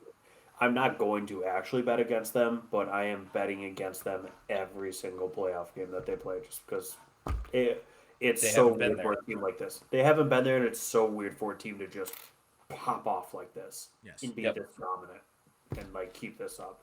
It's just very impressive, and I don't think it lasts. So, Mike, on that Um, note, Super Bowl repick. Go Birds! It's the Eagles. I still have the Eagles. I'm not changing anything. Over who? Over who? Yep. Uh, say the Bills. That'd be a fun Super Bowl. Yeah, I mean, I would like it if the Rams made it, but I mean, I think the Rams didn't the Rams almost beat the Eagles last year in the Yes, playoffs? they were the Wasn't it close? closest team Yeah. by far to beat the Yeah, they Eagles in were the really playoffs. Yeah. close. Like, I would, if it's going to be a different team, I think the Rams do make the Super Bowl. I genuinely believe that. I will say, if they But had I think Devontae Adams last year, I think they legitimately do win Yeah, that instead game. of Cooper Cup. Yeah. Yeah, yeah. But I think it will be Eagles Bills. I think the Bills finally make it to the Super Bowl, and I don't think Josh Allen ever wins a Super Bowl. Sad. Don't put that on him, man. Come on. The Bills fans have been through enough, as have we. But They have. Patrick, Super Bowl repick. So my fun pick, if we were, if the season ended today, I would say Colts Seahawks. Obviously, that's most likely not going to happen. My realistic pick is probably Rams Chiefs. I don't Sexy. think Bills are going to beat the Chiefs. Josh Allen has not shown that he can do it in the playoffs. Like you said, Rams were the closest to beating them last year. They are significantly better this year than they were. So I don't think that the Eagles have the same juju to pull it off again. So I'd probably go Chiefs over Rams, but I could see that game going either way. All right. So, two people with the Chiefs, two people with the Eagles. A little bit of a mixed bag there. No one really would bet on the Ravens if we're switching it up at this point. But again, would not be surprised if they get their shit together. But you still got to beat the Chiefs. All right. So, over to the NFL awards. Now, for these guys, not doing a top five, please feel free to mention any fringe guys if you want. But we don't have to do full lists here by any means. We will start with Defensive Rookie of the Year, and we're going to start with Mike. I just said Abdul Carter. Yep. Every time I see anything for the Giants, they are doing nothing but giving him praise. Anytime somebody's talking about defense, Abdul Carter's name is always the first one they mention. Yeah. The guy's an animal. Give me Abdul Carter. And I'm not going to bother going into stats, so I don't think it's worth it. Let's say, Patrick, any He's different bad thoughts now. there? This might be a homer pick, but he has absolutely revitalized the Browns defense. Carson Schlesinger. Yeah, solid pick. I did have He Abdul is Carter hurt up now, there. though. That's the problem. I know that. Mhm. Yeah, so that's why Abdul is my actual pick, and then it literally says fun pick, Carson. But Abdul, like Mike said, he is absolutely killing it. His stats don't show it, like his actual numbers, but the metrics, the pass rush, The win eye rate, test, man. the pressures, all that stuff, like he is getting to the quarterback. He's just not knocking him down. No, he's in the backfield every single play. Like, Yes. Even if it's not showing up. Yeah, far and away, if you're like actually betting on this one, it's significantly easier to win a Defensive Rookie of the Year as a pass rusher. Just because those stats just show up better than a lot of other positions. But even without that, man, Abdul Carter, not even close. Guy came in and was a difference maker right away. Only other name I will throw out there, he was hurt to get things started, but has played well since then for the Cardinals, and that's Will Johnson. Their second round, somehow a second round That was Top cornerback 5 pick. talent. Yeah, he was my number one corner, and I mean, Jahdae Barron has not looked good for Denver. So I get the injury concerns, but he should not have slipped where he did. No. Not going to win the award, but I absolutely love Will Johnson so far. Yeah. All right. Fuck Michigan, but Yes. good for Well, you, he's Will. in the NFL now. It doesn't matter. Yeah. Offensive Rookie of the Year, Patrick. Emeka Egbuka. Like, hands down, I know that you can make arguments for other people, but this man, before he was injured, was in. He would have been an honorable mention for top 5 receiver. He was Yeah. crushing it. Yeah. I'm next. No surprise, Emeka Ibuka for me as well. The biggest difference maker. He came in and has legitimately been the wide receiver 1 for that team. Like Patrick said, would probably be a top 5 receiver if he was healthy right now, which is incredibly difficult to do as a rookie.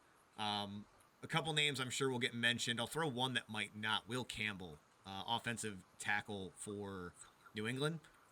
Obviously not a sexy pick, but again, for an offensive lineman to come in and start playing, left tackle, I believe he's played a little right tackle as well right away and stand up. I think he's given up 2 sacks maybe the entire year. He's played incredible. Both to He's going to Myles be Garrett. a stud. Again, you're going to have a Myles Garrett game. But all in all, Campbell's played really, really well. But this is Emeka's award to lose, although I think there's one other player he could lose it to, but I'll let Mike give his before. It's Jackson Dart. There it is. Yep. It's Jackson bleeping Dart. That guy's a stud. Sorry, Emeka. You're not a quarterback, so you're not winning this award. Also, you're hurt. So it's Jackson To be Dart. fair, this is not anywhere close to the MVP where it's all quarterbacks. This has been a very diverse. I do think award the last couple seasons. Dart is, I think, 1 or 2 right now in the odds, though. He's the betting favorite. But Dart's having that Jaden Daniels season where he turned around a poverty franchise. And by poverty, I mean turn it let's around. calm down. Turn it around by giving them hope and having some excitement to watch. They're able to tune in and actually go like, "Hey, at least I get to have fun watching this." I get the Daniel Jones or awesome. the Daniel Jones. Yeah, Jaden The Jaden Daniels comparison's a little rough considering they went to the NFC Championship. Yeah, that's not fair at all to make that comp, I suppose. But point being, it's you have an actual quarterback quarterbacking for your team now, and it looks good. It's fun to watch. He's a bro. Him and Cam Scatabo. It sucks that skateboard got hurt, but dude, those guys still had Malik Neighbors too. The CTE brothers with Malik Neighbors down there, dude, it would have been a blast. Like they were fun. I think it's Jackson Dart. It's hard to kind of usurp what looks like a franchise quarterback for an award. Yeah, between. Go ahead. I would say honorable mention to Tyler Warren, Yes. but if Brock Bowers couldn't win it or Sam Laporta couldn't win it those 2 years that they had, there's no fucking way Tyler Warren has a chance. I do think it would take Dart falling off or getting hurt, I think. I do think Warren has a shot just because he's not just used as a tight end. They quite literally put this dude in every single part of the field, which is getting some eyes. And he's also on a team that is surprising everybody right now. That's fair. Brock Bowers played for the Raiders. So I do think there is a chance, and he deserves to be mentioned. He was definitely up there for me as well. But, yeah, a lot of very good offensive rookies. But last thing on the Giants, between Dart, Neighbors, Scatabo, and how good that defense has looked, they're going to be a very trendy, Carter. I think, dark horse pick to make the playoffs next year when everyone's back in health. Yeah. And maybe Daboll's still the coach. We'll see. Maybe. I mean, at this point, he should be. Like, I can't imagine they're going to fire him now. I feel like you can't. I still don't love his in-game decision making, but like, I don't know. He's developing these rookies really well. He I don't is. know if it's him or if they're just actually that good, but Either way, we'll comeback player of the year. The guy Kim that's on the Kardashian award. yes. I'll go first on this one. Not the betting favorite because the NFL has like some weird language on like it's technically supposed to be from injury, not from other shit. Yada yada. Fuck that rule. It's Daniel Jones. So stupid. He came back from being on the Giants and his career being over and ridiculed on a podcast that 7 people watch every year to being a Every legitimate year. MVP candidate. The guy completely turned it around. If Joe Flacco was able to win that award for the Browns, there is no reason. In half 6 a season's games. of work, by the way, there is no reason Daniel Jones should not get that same credit. Yeah. Who Michael. would be? Yeah, sorry, Mike. My pick is CMC because he was actually hurt last year and he came back and is dominating. And I won't say my other pick until Patrick. Who you got? I I also have Donald Dollars because I didn't look at it as a coming back from an injury. I look at it as coming back from the depths of hell. I do have an honorable mention though of Rico Dowdle because again, it was very much a he's getting shipped away from the Cowboys. He's going to go back up Chuba Hubbard. I want Daniel Jones to win just so we Look can at him now. Just so we can say we had two players win comeback player of the year whose adversity was playing for a New York franchise. Yeah. That'd be pretty neat. Sticking to the actual rules of comeback player of the year, Dak Prescott. Yes. That's the other choice. Yeah. Dak Prescott. I think or Dak Prescott. Aiden Hutchinson, I think, should get tossed in there as well. I say he's also in. He's, I think, third in betting odds. Yeah, he didn't miss as much time last year, so I think that might be why he's not getting the same love. He played most of the season, if I remember correctly. I say he missed less time than. No, he missed more time than Dak Prescott. And Dak even? Okay, then he definitely deserves to be in that Dak, conversation. Yeah. But, I mean, Dak's also playing at an unworldly level right now. I was going to say it's also Hutch definitely can break a game, but Dak and CMC are like the biggest pieces. They have bigger effects on their teams right now. Yeah. So one that's definitely not an NFL award, but we decided to throw in. We have the comeback player of the year. Mike, why don't you lead us off for the go away player of the year award? Interpret this as you will. I mean, do you guys even want to do this? Just call it the Aaron Rodgers award and let's skip. I actually do not have Aaron Rodgers. I have a few answers for this one. Oh, really? Mine is actually Deshaun Watson. Just go away. Just be done. Just leave. He made my list too. Yep. Move on. We keep getting these leaked like little quotes and stuff from like Mary Kay Cabot and Tony Grossi, like, oh, he's working his way back. He thinks he could lead this team. They think there's something there. Fucking cut him. I don't care. 100% clickbait. I will 100%. I will donate $20 to the cause if we just fucking cut the dude. Like, I'm over it. Good call there. Yeah. Patrick. Yeah. So obviously, this is just the go-away player of the NFL. Always Aaron Rodgers. Yes. He's up there. I have a secondary section of as a Browns fan, and that is Deshaun Watson and Jerry Jeudy. Ooh, good call. I'm fucking tired of him. He drops every goddamn pass. He always looks like he's gonna do something big, and then he's like, "Nah, I'm okay." So we can get him the fuck out of here. But my actual pick, Kyler Murray. Yeah. Every year you might get your wish. That's a bingo. I know, yeah. So that was like kind of all the stars aligned with this one. But I mean, for 5 years, it was always like, oh, Call of Duty's out. Kyler Murray's going to suck. And then I think it was last year or 2 years ago where he was good the whole season. And now this year he's looking like dog shit again. It was from game 2 on. It's like that just Battlefield 6 beta came out too early, man. Just leave. Go play fucking baseball. Get out of the NFL. I'm tired of seeing your toddler ass run around and miss fucking Marvin Harrison Jr. and make him look like dog shit, and then have Jacoby Brissett come in and make him look like who he was supposed to be. Like, go away. What's that stat that came out? And I'm gonna butcher it, but I think it's close. I think Trey McBride has like 4 touchdowns this year alone from Jacoby and 3 Brisket. in like triple the amount of games from Kyler. I think it's 3 in 2 years with Kyler Murray throwing it to him. I think it's like that egregious. It's only a second year, but yeah, it was every other game other than these like last 3 with Jacoby. Yeah. Wait, only no way. Go on. Yeah, Trey McBride was not a rookie last year. No, he just signed a giant extension. Yeah, he was not a rookie last year. Are we sure? There's no way. 1,000%. I'm like, yeah. That's crazy. I would bet a 6-pack of ices. Oh, I'm sorry. He was not a rookie. 2022. I apologize. Yeah. Yeah. I was off by 2 whole years. Right. Jesus Christ. Either way, yeah, not great. No, Anyway. I fully support the goal with Kyler. That is a very good one. answer. So I took this as just like players I can do without watching play football ever again. I really didn't consider Deshaun Watson. He deserves to be in there. Rodgers is not actually on my list, but again, wouldn't mind. Two honorable mentions. Tua. I'm over it. The dude.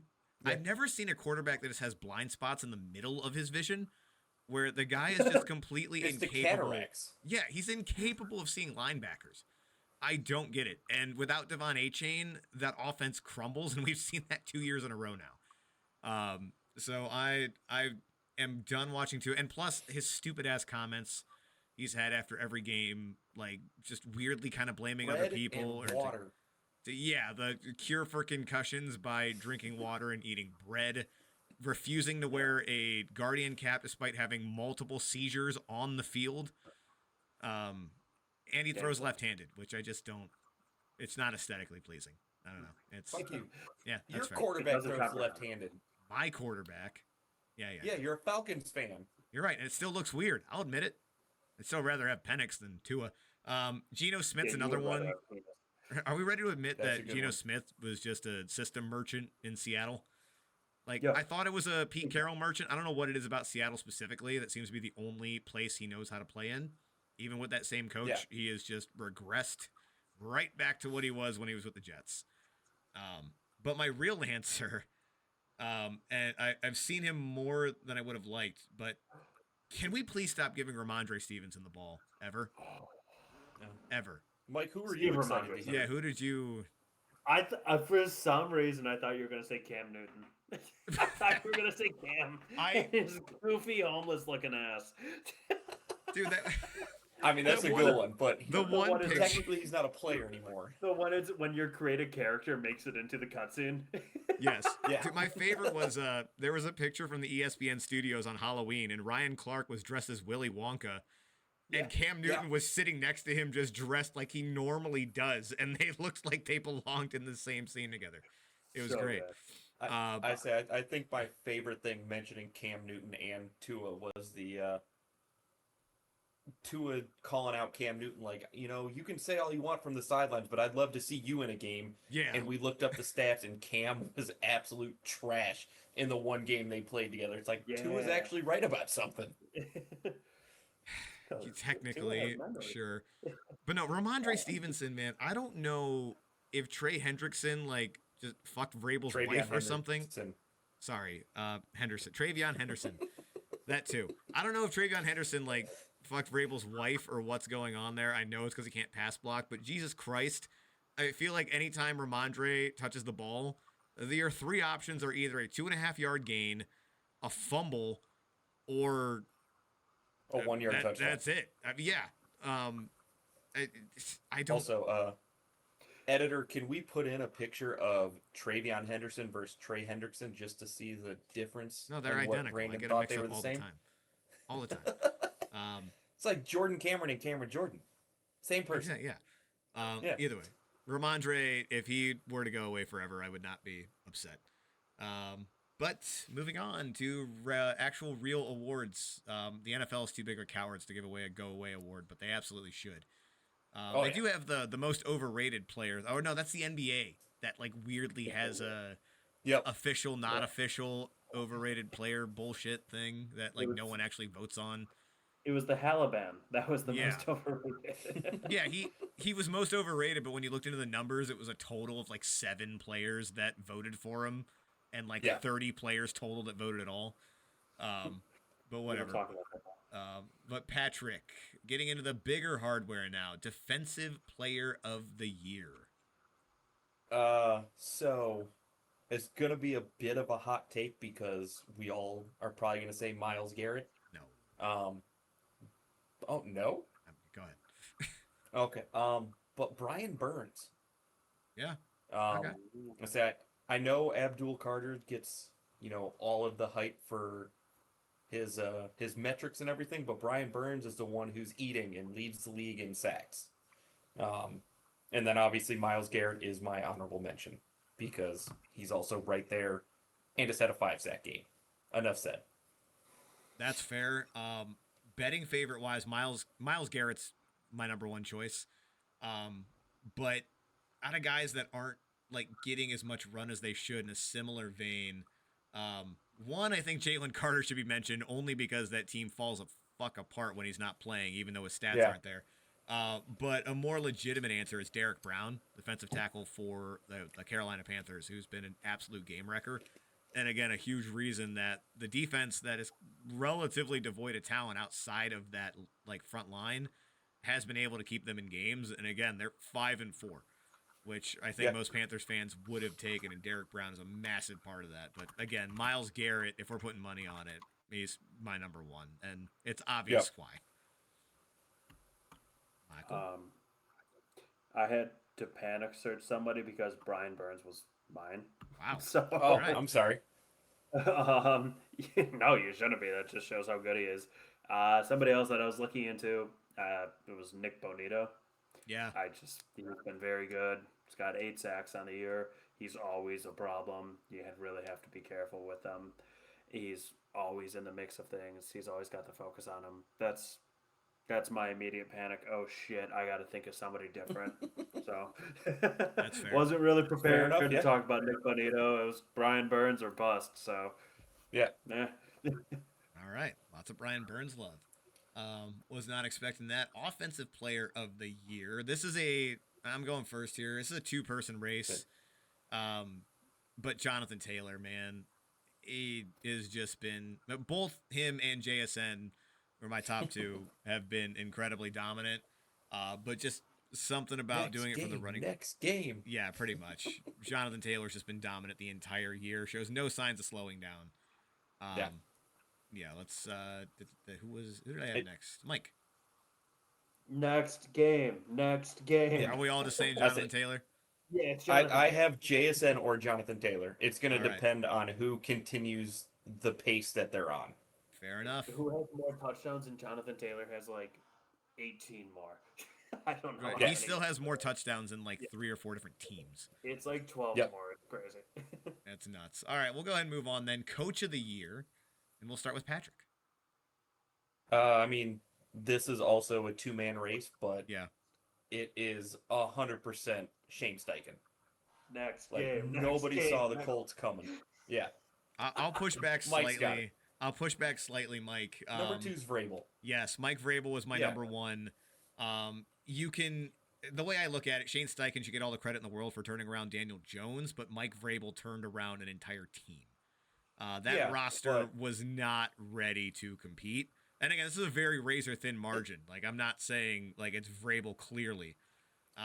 But the fact that he's got them at the top of the AFC North. I know. But they were like people's sneaky pick to make it into the playoffs this year prior to playing a game. And outside of Daniel Jones, the Colts would have been more than a sneaky pick. Again, Steichen deserves a shit ton of credit. Richardson was starting. We are parsing hairs here. Let me be clear that it is a slight edge for Vrabel. But Steichen, partially to his credit, had an incredible roster outside of that quarterback position coming in. Whereas the Patriots, I feel like a lot more position groups are punching above their weight class right now. But they have an incredible quarterback. They do have an incredible quarterback, yes. But slight edge.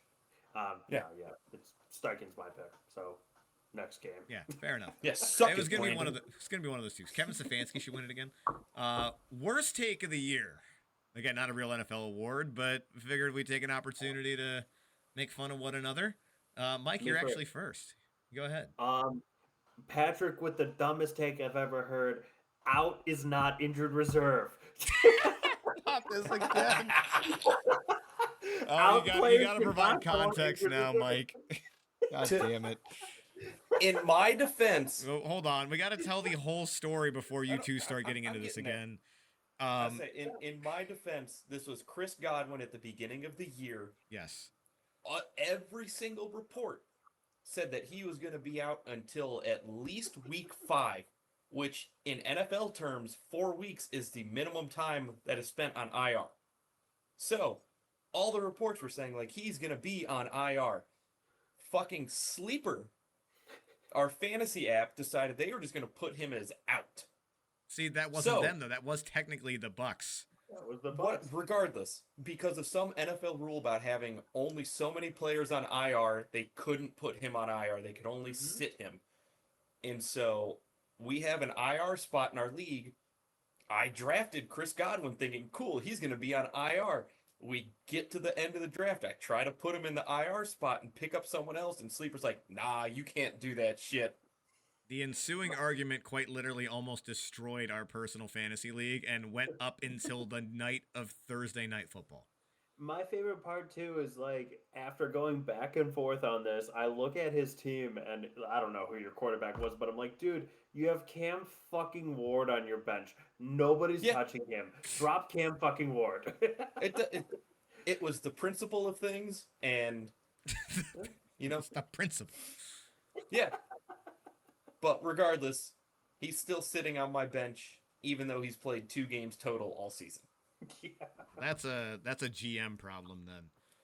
Well, Patrick, maybe you have your chance to take your revenge here. Cold take I absolutely do. It is Mike's shitting on Jalen Hurts. Yeah, that's because like I looked at the numbers. He's not bad. He currently has his highest completion percentage of his career at almost 71%. The second best QBR of his career, which is the like end all be all metric of how good a quarterback actually is, which is I believe 8th in the league. And then his touchdown to interception ratio currently is 15-1, which if he kept that up would be, I want to say, top 5 all-time ratios for a quarterback season over a full season. And he's leading who both of you picked to win the fucking Super Bowl. I know it's not as funny as IR versus out, but it's still a dumb take. You could cut this silence with a knife. No, yeah, and if you go back to our YouTube and look at our show highlights section, you will see that Eagles fans agree with you, Patrick, that Mike was a fucking idiot. They were not thrilled. I got made fun of for wearing a Browns hat because I'm a Browns fan. I don't know what a quarterback is. So that's pretty funny. It's a solid point. That was a very quality take. We should know what a bad quarterback is by being Browns fans. That's all we've seen. That dude is like, dude, he's got a Browns hat on. He doesn't fucking know anything. I'm like, well, I don't know anything. Don't bring the Browns hat into it. That's a nice hat. Yeah, it's not because I'm a Browns fan that I don't know anything. I'm just an idiot. The one good styled hat that I could find that's brown, orange, and fucking white. Those colors aren't good together. But that being said, yeah, Jalen Hurts has absolutely put me in my place. I'll still die in that. I think I said that on the podcast episode when it was just me and Patrick. I'm like, yeah, I'm eating crow. Jalen Hurts is good. You were big enough to admit it. I'm not putting him top 5. Fuck you, Eagles fans. But yeah, he's good. Notice how he was on none of our top 5s, but yeah. I'd like to change my list. Honorable mention Jalen Hurts. Honorable mention Jalen Hurts for the sake of it. Just for the content. Fucker. Well, not to pile on, Mike, but I'm going to describe a player with a blind resume. Through this point of the season, 867 rushing yards and 7 touchdowns. Would you say that is a not good player? I know who it is. Patrick, who is I know who it is. James fucking Cook the Sure third. is. Sure is. I just don't think James Cook is that good. Third. I didn't think it was. Has then proceeded to take that as personally as humanly possible and put on a fuck you tour. Not just a regular James Cook season. When you could have made an argument that the take was already bad because he's always been like a middling to above average running back, but he quite literally popped off at the worst possible time for you to have that take. Sure did. And Curse me for trying to have a hot take. Yep, that's fair. Hey, I'll self-report. I'll self-report here because nobody took jabs at me here. I did in our season preview episode say that the Bucks were going to miss the playoffs, and that the Panthers and Falcons were both going to make it in. So yeah, that is yay. wow. I thought I was dumb. I mean, you are, but yes. But you're dumber. The homerism took over. Dumber. And yeah. I was ready to be hurt again, and here we are. It never ends. Never ends. All right, MVP. MVP conversation. We will start with Patrick, and this is who you think is deserving of MVP. Doesn't necessarily have to be Okay, yep.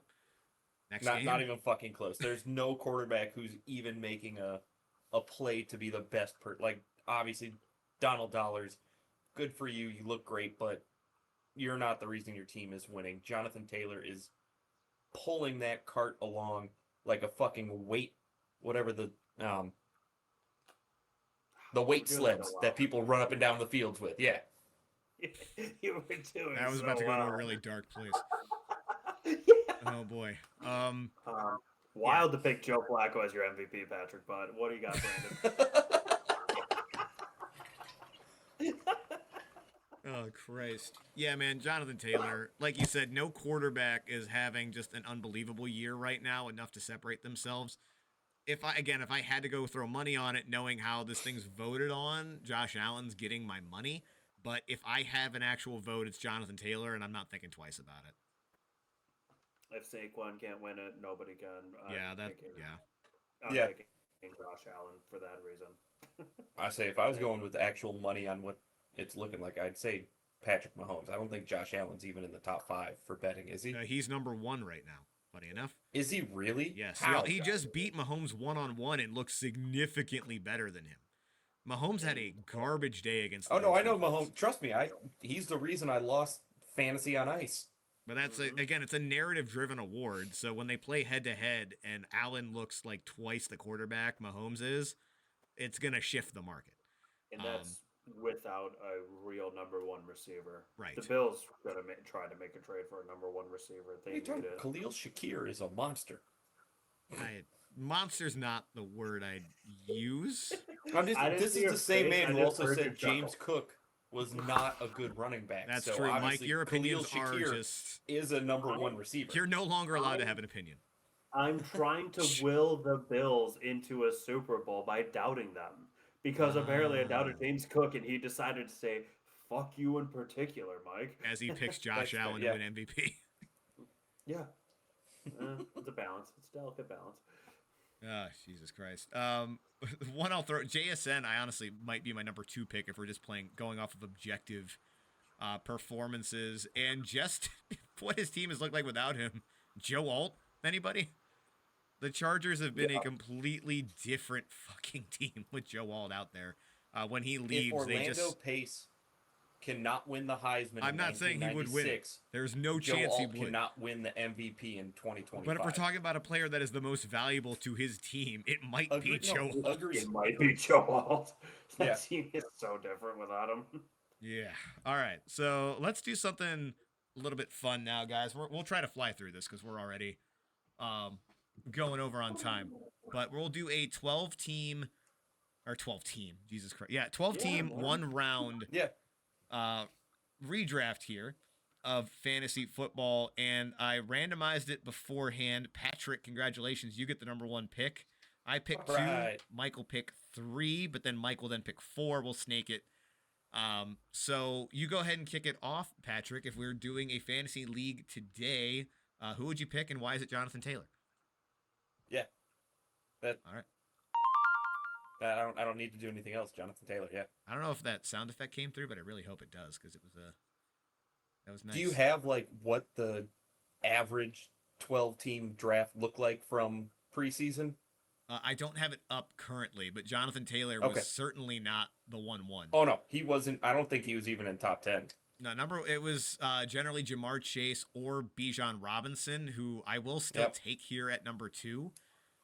Just because of his ability to absolutely go off. There's a few players you could take there and sleep just fine at night. But I'm still willing to take the risk on Bijan. I did take him number 2 in one of my leagues, and it's still paid off pretty well to this point, despite the last couple weeks. Mike, you're up. I'm taking Brandon Aubrey. I mean, you could. Give me the best kicker. Load up the kickers. Yeah, sorry, that's still cuckoo-ish shit. If we're doing the draft today to take Bijan second, yeah, that's dumb. I'm taking McCaffrey if I'm taking another running back. All right, you can go ahead and take Glass Achilles McCaffrey. That's fine. Brandon, just for your second cold take, Christian McCaffrey's outscored Bijan by over 50 points. Over 50? Over how many weeks? 9. But the rest of like, the team's falling apart. I'm not confident that that's Christian 6 McCaffrey's going points to a stay game. healthy. That is 6 points a game. You're 6 points a game. Mike, you're up again. Fucking A. I'm going to pick somebody super low and be like, well, like, if the other 30 players get hurt, I'm taking Jamar. Jamar still. Okay. I don't hate that. Yeah. All right. Coming back around then. I'm not really building out a whole fucking team, so I don't care about everything here, but I will take JSN.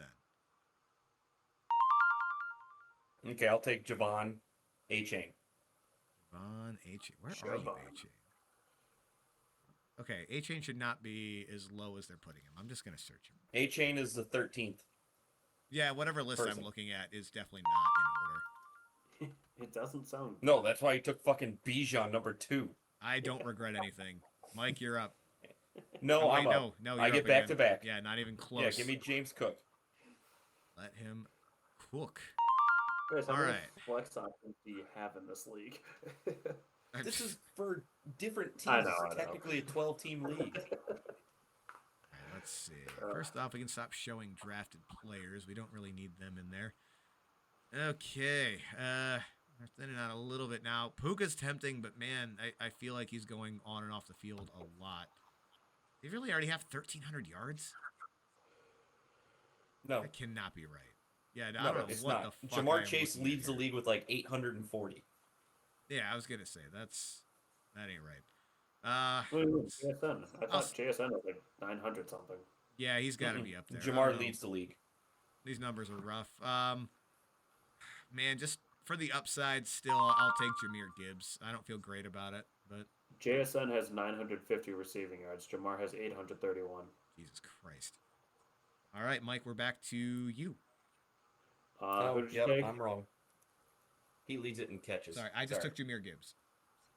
I'm taking Puka Nacua. Yeah, I almost took Puka. I was a little worried about the injuries. You're up again for your last pick, Mike. I'm taking Amon-Ra. The Sun God. All right. It was him or Judds. Jet, yeah, Jet is as tempting. God, I want to take Drake London, but the Falcons fucking scare me. And I already have one Falcon on my team. Is it bad if I'm considering Javonte Williams here? No, the fact that he's still on the board is fucking dumb. He's having a great fucking year. Yeah. I'll take Javonte, which is nuts. Going from... Go ahead. He's the 7th highest scoring running back in top 20, and half of them are fucking quarterbacks. The fact he made it that long is crazy. Dude, like he went from he's the biggest climber here for sure. I'm fairly certain looking at our list. Mm-hmm. I mean, he was going round 10 or later. I feel like in most leagues, a lot of people thought that was it Jaden Blue might overtake him. Like yeah, that whole thing was a mess. But finish us off, the last pick of round 1. I would love to go quarterback, but I'm not going to. Give me George Pickens. George Pickens. He's another one not showing up. These must be old rankings that they have here. He's the 3rd highest scoring receiver. The fact that Puka and Amon-Ra were taken ahead of him, and Drake London, is crazy. He's wide receiver too now that CD's back. It's true. Allegedly. Allegedly. Nobody's taken Broccoli Rob. Nobody's taken Brock Bowers. No. He's been No, he missed like 6 weeks. Yeah, but then he dropped like a 3 touchdown game. Yeah, so he came back and dropped a 43-point game, but still. That was fucking absurd. All right, so taking a look at it, I've got it up on the screen now. A little bit different than we would have expected. The top, not super surprising. Jonathan Taylor, Bijan Robinson. Christian McCaffrey was generally first round, but definitely not 3. Jamar Chase is still top 4. He was number 1 in a lot of leagues. Where it starts going off the rails a little bit, JSN, Devon A-Chain, James Cook, all first-round picks. Gibbs stays in the first round. Puka stays in the first round. Amon-Ra stays in the first round. But then the 2 biggest surprises right at the end, Javonte Williams and George Pickens. Again, a guy who everyone thought was wide receiver 2 on the Cowboys, and another guy who a lot of people thought was going to be running back 2. Both making the first round. So there you have it. That's that. So let's we got a couple more things to end the show with our normal segments. A couple other random, really just two random things. Fuck the Dodgers. They bought a fucking World Series. Like, people are gonna say, oh, the Blue Jays also spent a lot of money. They were fifth in payroll. They were fifth in payroll, and they were still $100 million lower than what the Dodgers spent. They were a third of the league difference. Yes.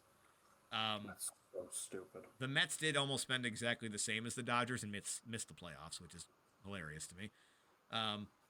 Another thing, though, so J.J. McCarthy has had two quote-unquote good games, I guess you would say, his 2 wins. And unfortunately, I don't have the actual stats in front of me, but his passing yards, touchdowns, interceptions, and attempts were all identical in both. Yeah. That can't be right. That Really? is 100% correct. Yes. Yep. That's crazy. What the hell? Yeah. That's crazy. He is that specific stat line merchant. All right, fantasy on ice. Let's see here. Patrick, why don't you go ahead and... Oh, wait, no, are you? I can't. I'm drinking. You're right. Mike, do you want to give it a shot? Nah, you got it. All right, fine. All right, so this week, fantasy on ice, I won. My team's pretty stacked when I don't have half of them on bye. 141 points, led by Christian McCaffrey, notably not top 5 quarterback. 31.8 points. Justin Herbert tossed in another 28.7, and JSN got 18. Not bad. Mike, 101.74, eking out the win by 2 points over Patrick. Despite Tua's 9.5 points, how is he still on your team? Because I have to drop somebody else every other week. That's true. New old edition, Mark Andrews is back. He got you 15.6. He got 2 touchdowns right off the rip. And Drake London, 34.3. And then, sorry, Patrick, 99.5. Everyone kind of laid an egg. Josh Allen, Puka, your leading scorer, 19.3. Believe he got hurt in that game as well. So he didn't finish it, that's for sure. Josh Jacobs had 18. After that, Patrick Mahomes, 11. Romeo Dobbs, 12. Not great. Yep.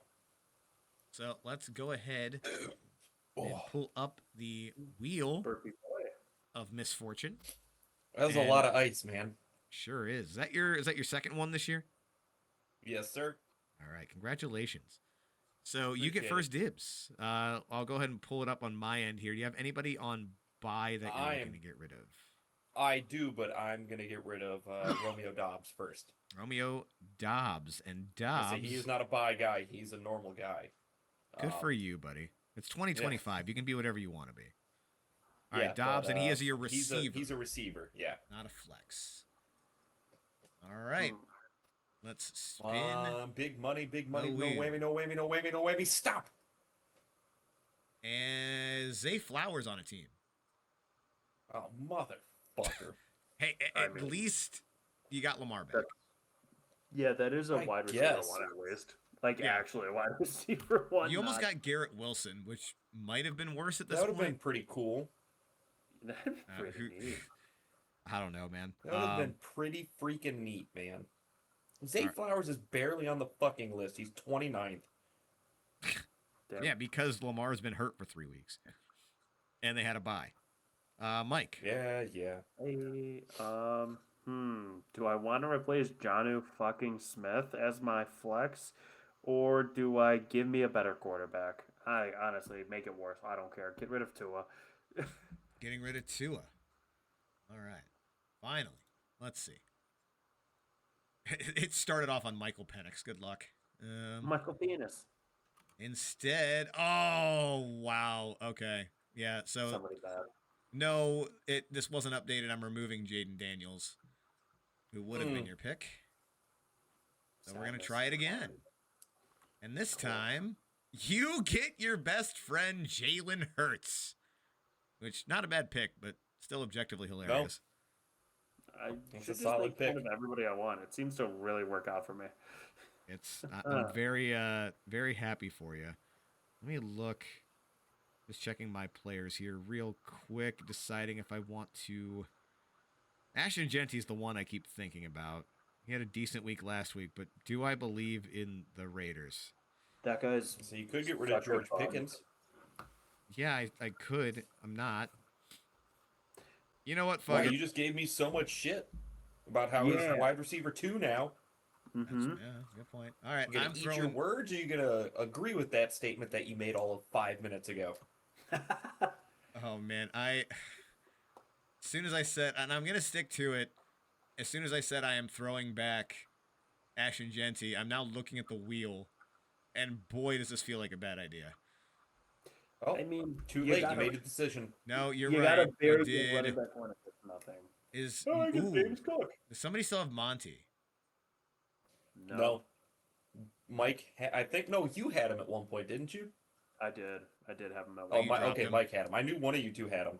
Yeah. I Yeah, don't well, have him. welcome to the squad, David Montgomery. Could have been worse. I'm happy.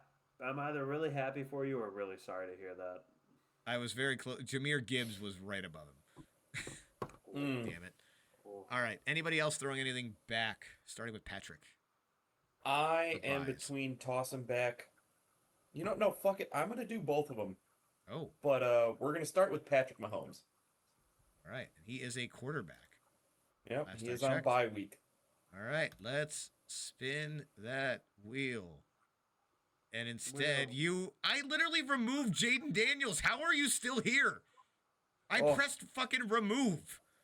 Christ. Okay. Let's try that again. All right. Dakota Prescott. Congratulations. I was really worried that I was gonna get fucking Oh no, it can't be Dak Prescott. He's on bye. Oh, Sure. I mean, it could be still. You almost had Jackson Dart on that spin. That would have been. Well, I guess he's playing Chicago. That wouldn't have been too bad, I guess. All right. You got a bit of a statue, but a good quarterback, Matthew Stafford. All right. Can we make trades? No. We all do still have that guaranteed top 10. Maybe I should have used that for Genty. Whatever. We'll look at that next week. But anyone, or we flip to Mike now, right? Mike, do you have anyone you want to throw back for bye? I don't have any buys, but Okay. Or injuries? you know what? We're gonna look at something. Why don't you buy me some time here, huh? I say you don't have anybody out, so. Yeah. What are you trying to buy? And you already used your spin, so I don't know what are you planning to look at? I'm curious. I don't know. I want to ask a question, but I'm terrified I'm gonna get roasted for it, and we're gonna make Ask it. So I can't do it. Being benched is not the same as IR, Mike. Yeah. The guaranteed top 10. Can I use that, or since I already spun, I don't get to use that? That has to be on your normal drop spin. It can't be used on a buy guy. It has to be on like a player that you're planning to I drop. don't get what sexual preference has anything to do with this wheel. It's always something. It's always something. God. No, I got Ignorant. nothing. I was curious. Yeah, I've only got Pickens. I'm not going to throw him back, so we're back to you, Patrick. Pussy. Let's throw Javonte Williams back. Give me that flex wheel. The flex wheel. Have fun with it, Brandon. Flex wheel. Quit trying to play to win. Play to have fun. Flex wheel. I'm He's playing not not to gonna do spike that. my blood sugar. All right. What do we got? You haven't lost. You've lost once, and it was when your entire team was on bye. Fucking live a little. He's not here to have fun. Speaking of live a little, welcome to the squad, Hunter Henry. Hunter the Oh, Hungry. yikes. Have fun Walking with through it, the Patrick. forest. Wolf. I mean, that is fun. At least it's competitive. Yeah. Oh shit. All right. Also, I just have to throw out there, I love looking at the like the week 10 stuff and see how Brandon and me say our sit accuracy is 100%, and then Mike's is 99.2 because one of the funny people he picked up actually plays. Which one? We have reserve squads. William Gay or Willie Gay, yeah. Oh, yeah, he's a Willie kicker. Gay played and actually put up more points. No, he's a than someone- linebacker. Oh, I forgot we had he actually- defensive players in there. Yeah, Yeah, they're just there for. Well, it's not even that. He's just on his bench because his last name is Gay. Really? Yeah, he's also got Hip and Hammer, and I'm not going to say his last name because I'm not getting canceled. Just call him Diego. Diego Fajot. I thought that's how you actually say it. It might be, but he hasn't played for a team for 2 Probably years. not the. Well, it's just like Cameron DK. That's true. Yeah, that's very true. I think at one point I had both Henry Ruggs and Tim Tebow on the team. We're trying to balance that locker room out. Personality Yeah, wise. see, I've got Tom Brady and Antonio Brown down there, so They were teammates for a minute, weren't they? yeah. Yeah, so it's not out of the realm of possibility. All right, let's wrap this up, y'all. Pick'ems week 9 results. Both me and Patrick tied at 9-5. However, I am still in second place at 88-48. Patrick's one behind at 87-49, and Mike might have dropped a game going 8-6, but he is still in the lead at 90-46 overall. Clawing my way back in it. Yes. So I got to make some crazy picks this week. But let's get it going. Bengals, Cowboys, Titans, Chiefs all on bye. So Thursday night, Patrick, Vegas at Denver. Give me Denver. Denver. Broncos all day. Wow. What a bold choice. You're so brave. Next game. Next game. next game. Divisional matchup. It's possible. Yeah, I'm picking the Broncos. Next game. Let's ride. Next game. All right. Game. Mike, I believe it's somewhere in Europe. I don't know. I think it might be Germany. Falcons at Colts. It is in Berlin. Yep. Next game. Colts. I'm taking the Colts. This is going to be the one where Atlanta fucking bounces back, and I'm pissed off at myself for picking against them. Probably. Patrick? I'm going to take this as my crazy game. I'm taking the Falcons. You motherfucker. This is the one that you catch up with me with. All right. Giants at Bears. Bears still don't really look like a complete team to me, but the Giants keep getting hurt in bad spots. I'm going to take the Bears, but I think it's going to be a good game. Giant Bears sounds spooky. Yes. Patrick? Bears. The Bears. Bears. Bears across the board. Bears. All right. Patrick. Oh, another tough one. Bills at Dolphins. It was actually a decent game last time they played in Buffalo. Give me the Buffalo Allens. All right, that was supposed to be Mike, but sure. You said Patrick. Did I? Yeah, you said Patrick. Yeah, you literally said Patrick. Another tough one. Patrick?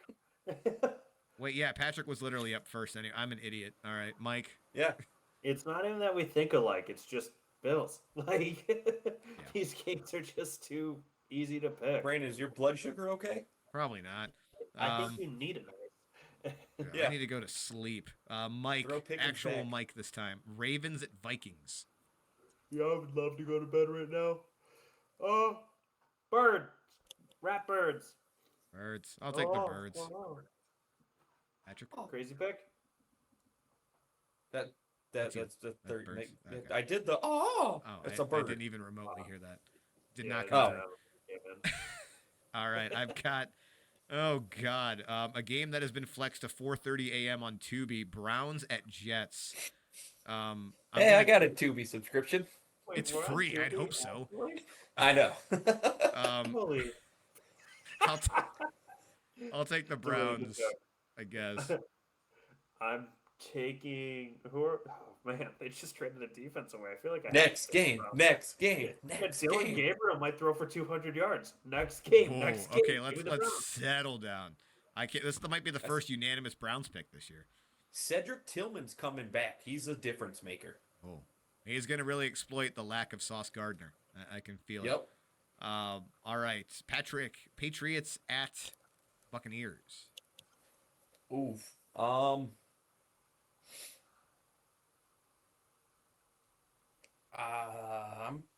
I'm gonna take the Bucks.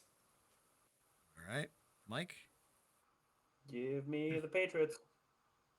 All right, this is one of those games where I'm literally taking the Bucks because it's at home, and I also really don't like the way New England closed out that game against Atlanta. That looked like they might be faltering just a little bit. I say New England hasn't played a good team outside of the Bills. Yeah, and the Bills played very bad that game. All fair points. Wanted to pick different. Maybe that's fair. Good job. Maybe I fall back. Yep. I don't know. Well, Mike. That's how I felt with the Falcons, so I get you. Mm-hmm. Well, Mike, you get another opportunity. Saints at Panthers. I'm invoking a tie. No, not really. Oh. It's an The option. Panthers, because they're currently 5-4. Yeah, still insane. I'm also going to take the Panthers, not because I think they're particularly good, but because New Orleans is particularly bad. But this is a divisional game, so this is going to be the one where the Panthers look This is like the stupid. And first, first time the Panthers have been like above 500 since like 2022 or something crazy. Yeah, I believe it. it's so something gross. crazy. Yeah.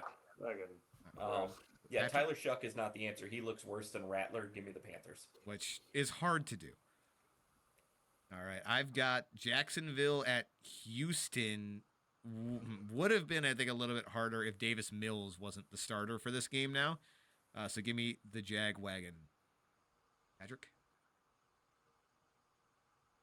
Patrick? I don't trust Trevor Lawrence. I'm taking the Texans, Even with Davis Mills.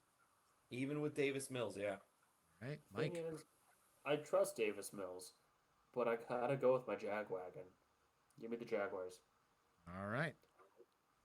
Patrick, Cardinals with Jacoby Brissett again at the Seahawks. I can't do the because they're both birds, but give me the Seahawks. The Waterbirds. Yeah, One the chirps. Seabirds. One goes tweet tweet. And one's not a real fucking bird. Mike? Yeah, give me the fake bird. Yeah, I'm taking Fake fake bird. birds. Give me the Seahawks. Fake bird. This is going to be my divisional upset special. Give me the Cardinals, and they are rolling with Jacoby. I think Seattle's the better team, but it just feels like one of those ones where Arizona's going to win inexplicably. I mean, Jacoby playing really does help them, which is so crazy. Yes, Yeah. significantly. And the They Seahawks. almost beat the Colts with them, the too. coach. Yeah, the Colts aren't good, or the Seahawks aren't good at home apparently. So Makes no sense. see. Mike, Rams at 49ers. Rams. Rams, all right. Patrick? Oh, no, that'd be me. I'm I'm also sorry. going. All right, well, yeah, everyone Rams. Yeah, This is another one where this matchup's always nuts. Always. It's a kitchen sink game. If San Francisco hadn't have won the first matchup, I would be a lot more tempted to go them. But yeah, I'll go Rams. I say, isn't this the one that Mac Jones played with like half a leg? Yeah, at the end of the game, he was in really bad shape. There was the Yeah. Kyron Williams fumble. Yep. It was like right at the start of all their injury woes. Go ahead. There's a video came out, and I'm definitely not on my phone, but a video came out of an interview with Jacoby Myers, and he got asked how surprising it is to be playing for a team he just faced, because he's a Jaguar now from the Raiders, and he said, "Nah, very," because I was talking crazy to some people. So he was talking mad shit, just Good. probably saying the worst things imaginable. Then walks in next week like, What's up, "Hey, guys?" man, you're like one of the best corners in the league. I want you to know that." Didn't that happen a few Yeah. years ago when was it I didn't Jared mean Goff? anything about your mother or your sister. Yeah. I feel like there was something like that with Double Jared up, Goff when he was love it. still on the Rams. Some defensive player just fucking tore into him at the end of the offseason, and then he got traded to the Rams like a week later and had to go I talk thought to you him. were about to say Jared Goff Yeah. went off on somebody. It's like, there's no goddamn way No. Jared Goff says anything about you outside Brandon's of you right, I gosh don't darn remember that. loser. Like, that man is so polite on the football field, I bet. Ah, heck. Yeah. He definitely says fiddlesticks. No, Kirk Cousins definitely says fiddlesticks. Kirk Cousins is a fiddlestick. That fair. I got Lions at Commanders. God, I feel bad for the Commanders, but we all saw it coming to an extent. I'm not. The fighting Mariotas aren't going to have it in them, and the Lions are coming off a loss. Rawr. Next game. All right, next game, as you wish. Sunday Night Football. Patrick, Steelers at Chargers. I don't think the Steelers have two of them in a row. I got to take the Bolts. Michael, Depends. Is Joel healthy? No, in theory, Joel's out for the rest of the year. is he actually? Oh yeah, you're I right. believe You're so, right. yeah. Fuck. That's why they traded for Trevor Penning. That's right. Go Chargers, go. Bolt up. God, I wish the Steelers hadn't have won last week, because then I had a road dog. I probably would have taken Pittsburgh. I'm gonna take the Chargers. I don't feel good though. Did you say a rogue dog or Road a road? dog Okay. with a D. I was gonna say I must be out of it. I don't know that term at all. Rogue dog. All right, Mike, bring us home. Eagles at Packers. We might actually have the best game of the week on Monday night. It depends on what Packers team shows up, but I'm going to take the Eagles. Fly, Eagles, fly. I will take the Eagles as Didn't well. they just lose to the Panthers in Lambeau? Sure did. Yeah. Oh. Lost to the Browns, too. Oh. Patrick, you also going birds based on that squawk? Yeah. I should have figured. Yeah. All right. It's a screech. That's going to do it for us, folks. We are over 2 hours, so I'm going to let these guys go and get some sleep while I edit this thing. Thank you for sticking with us. This was a lot of fun. See everybody next week. Bye.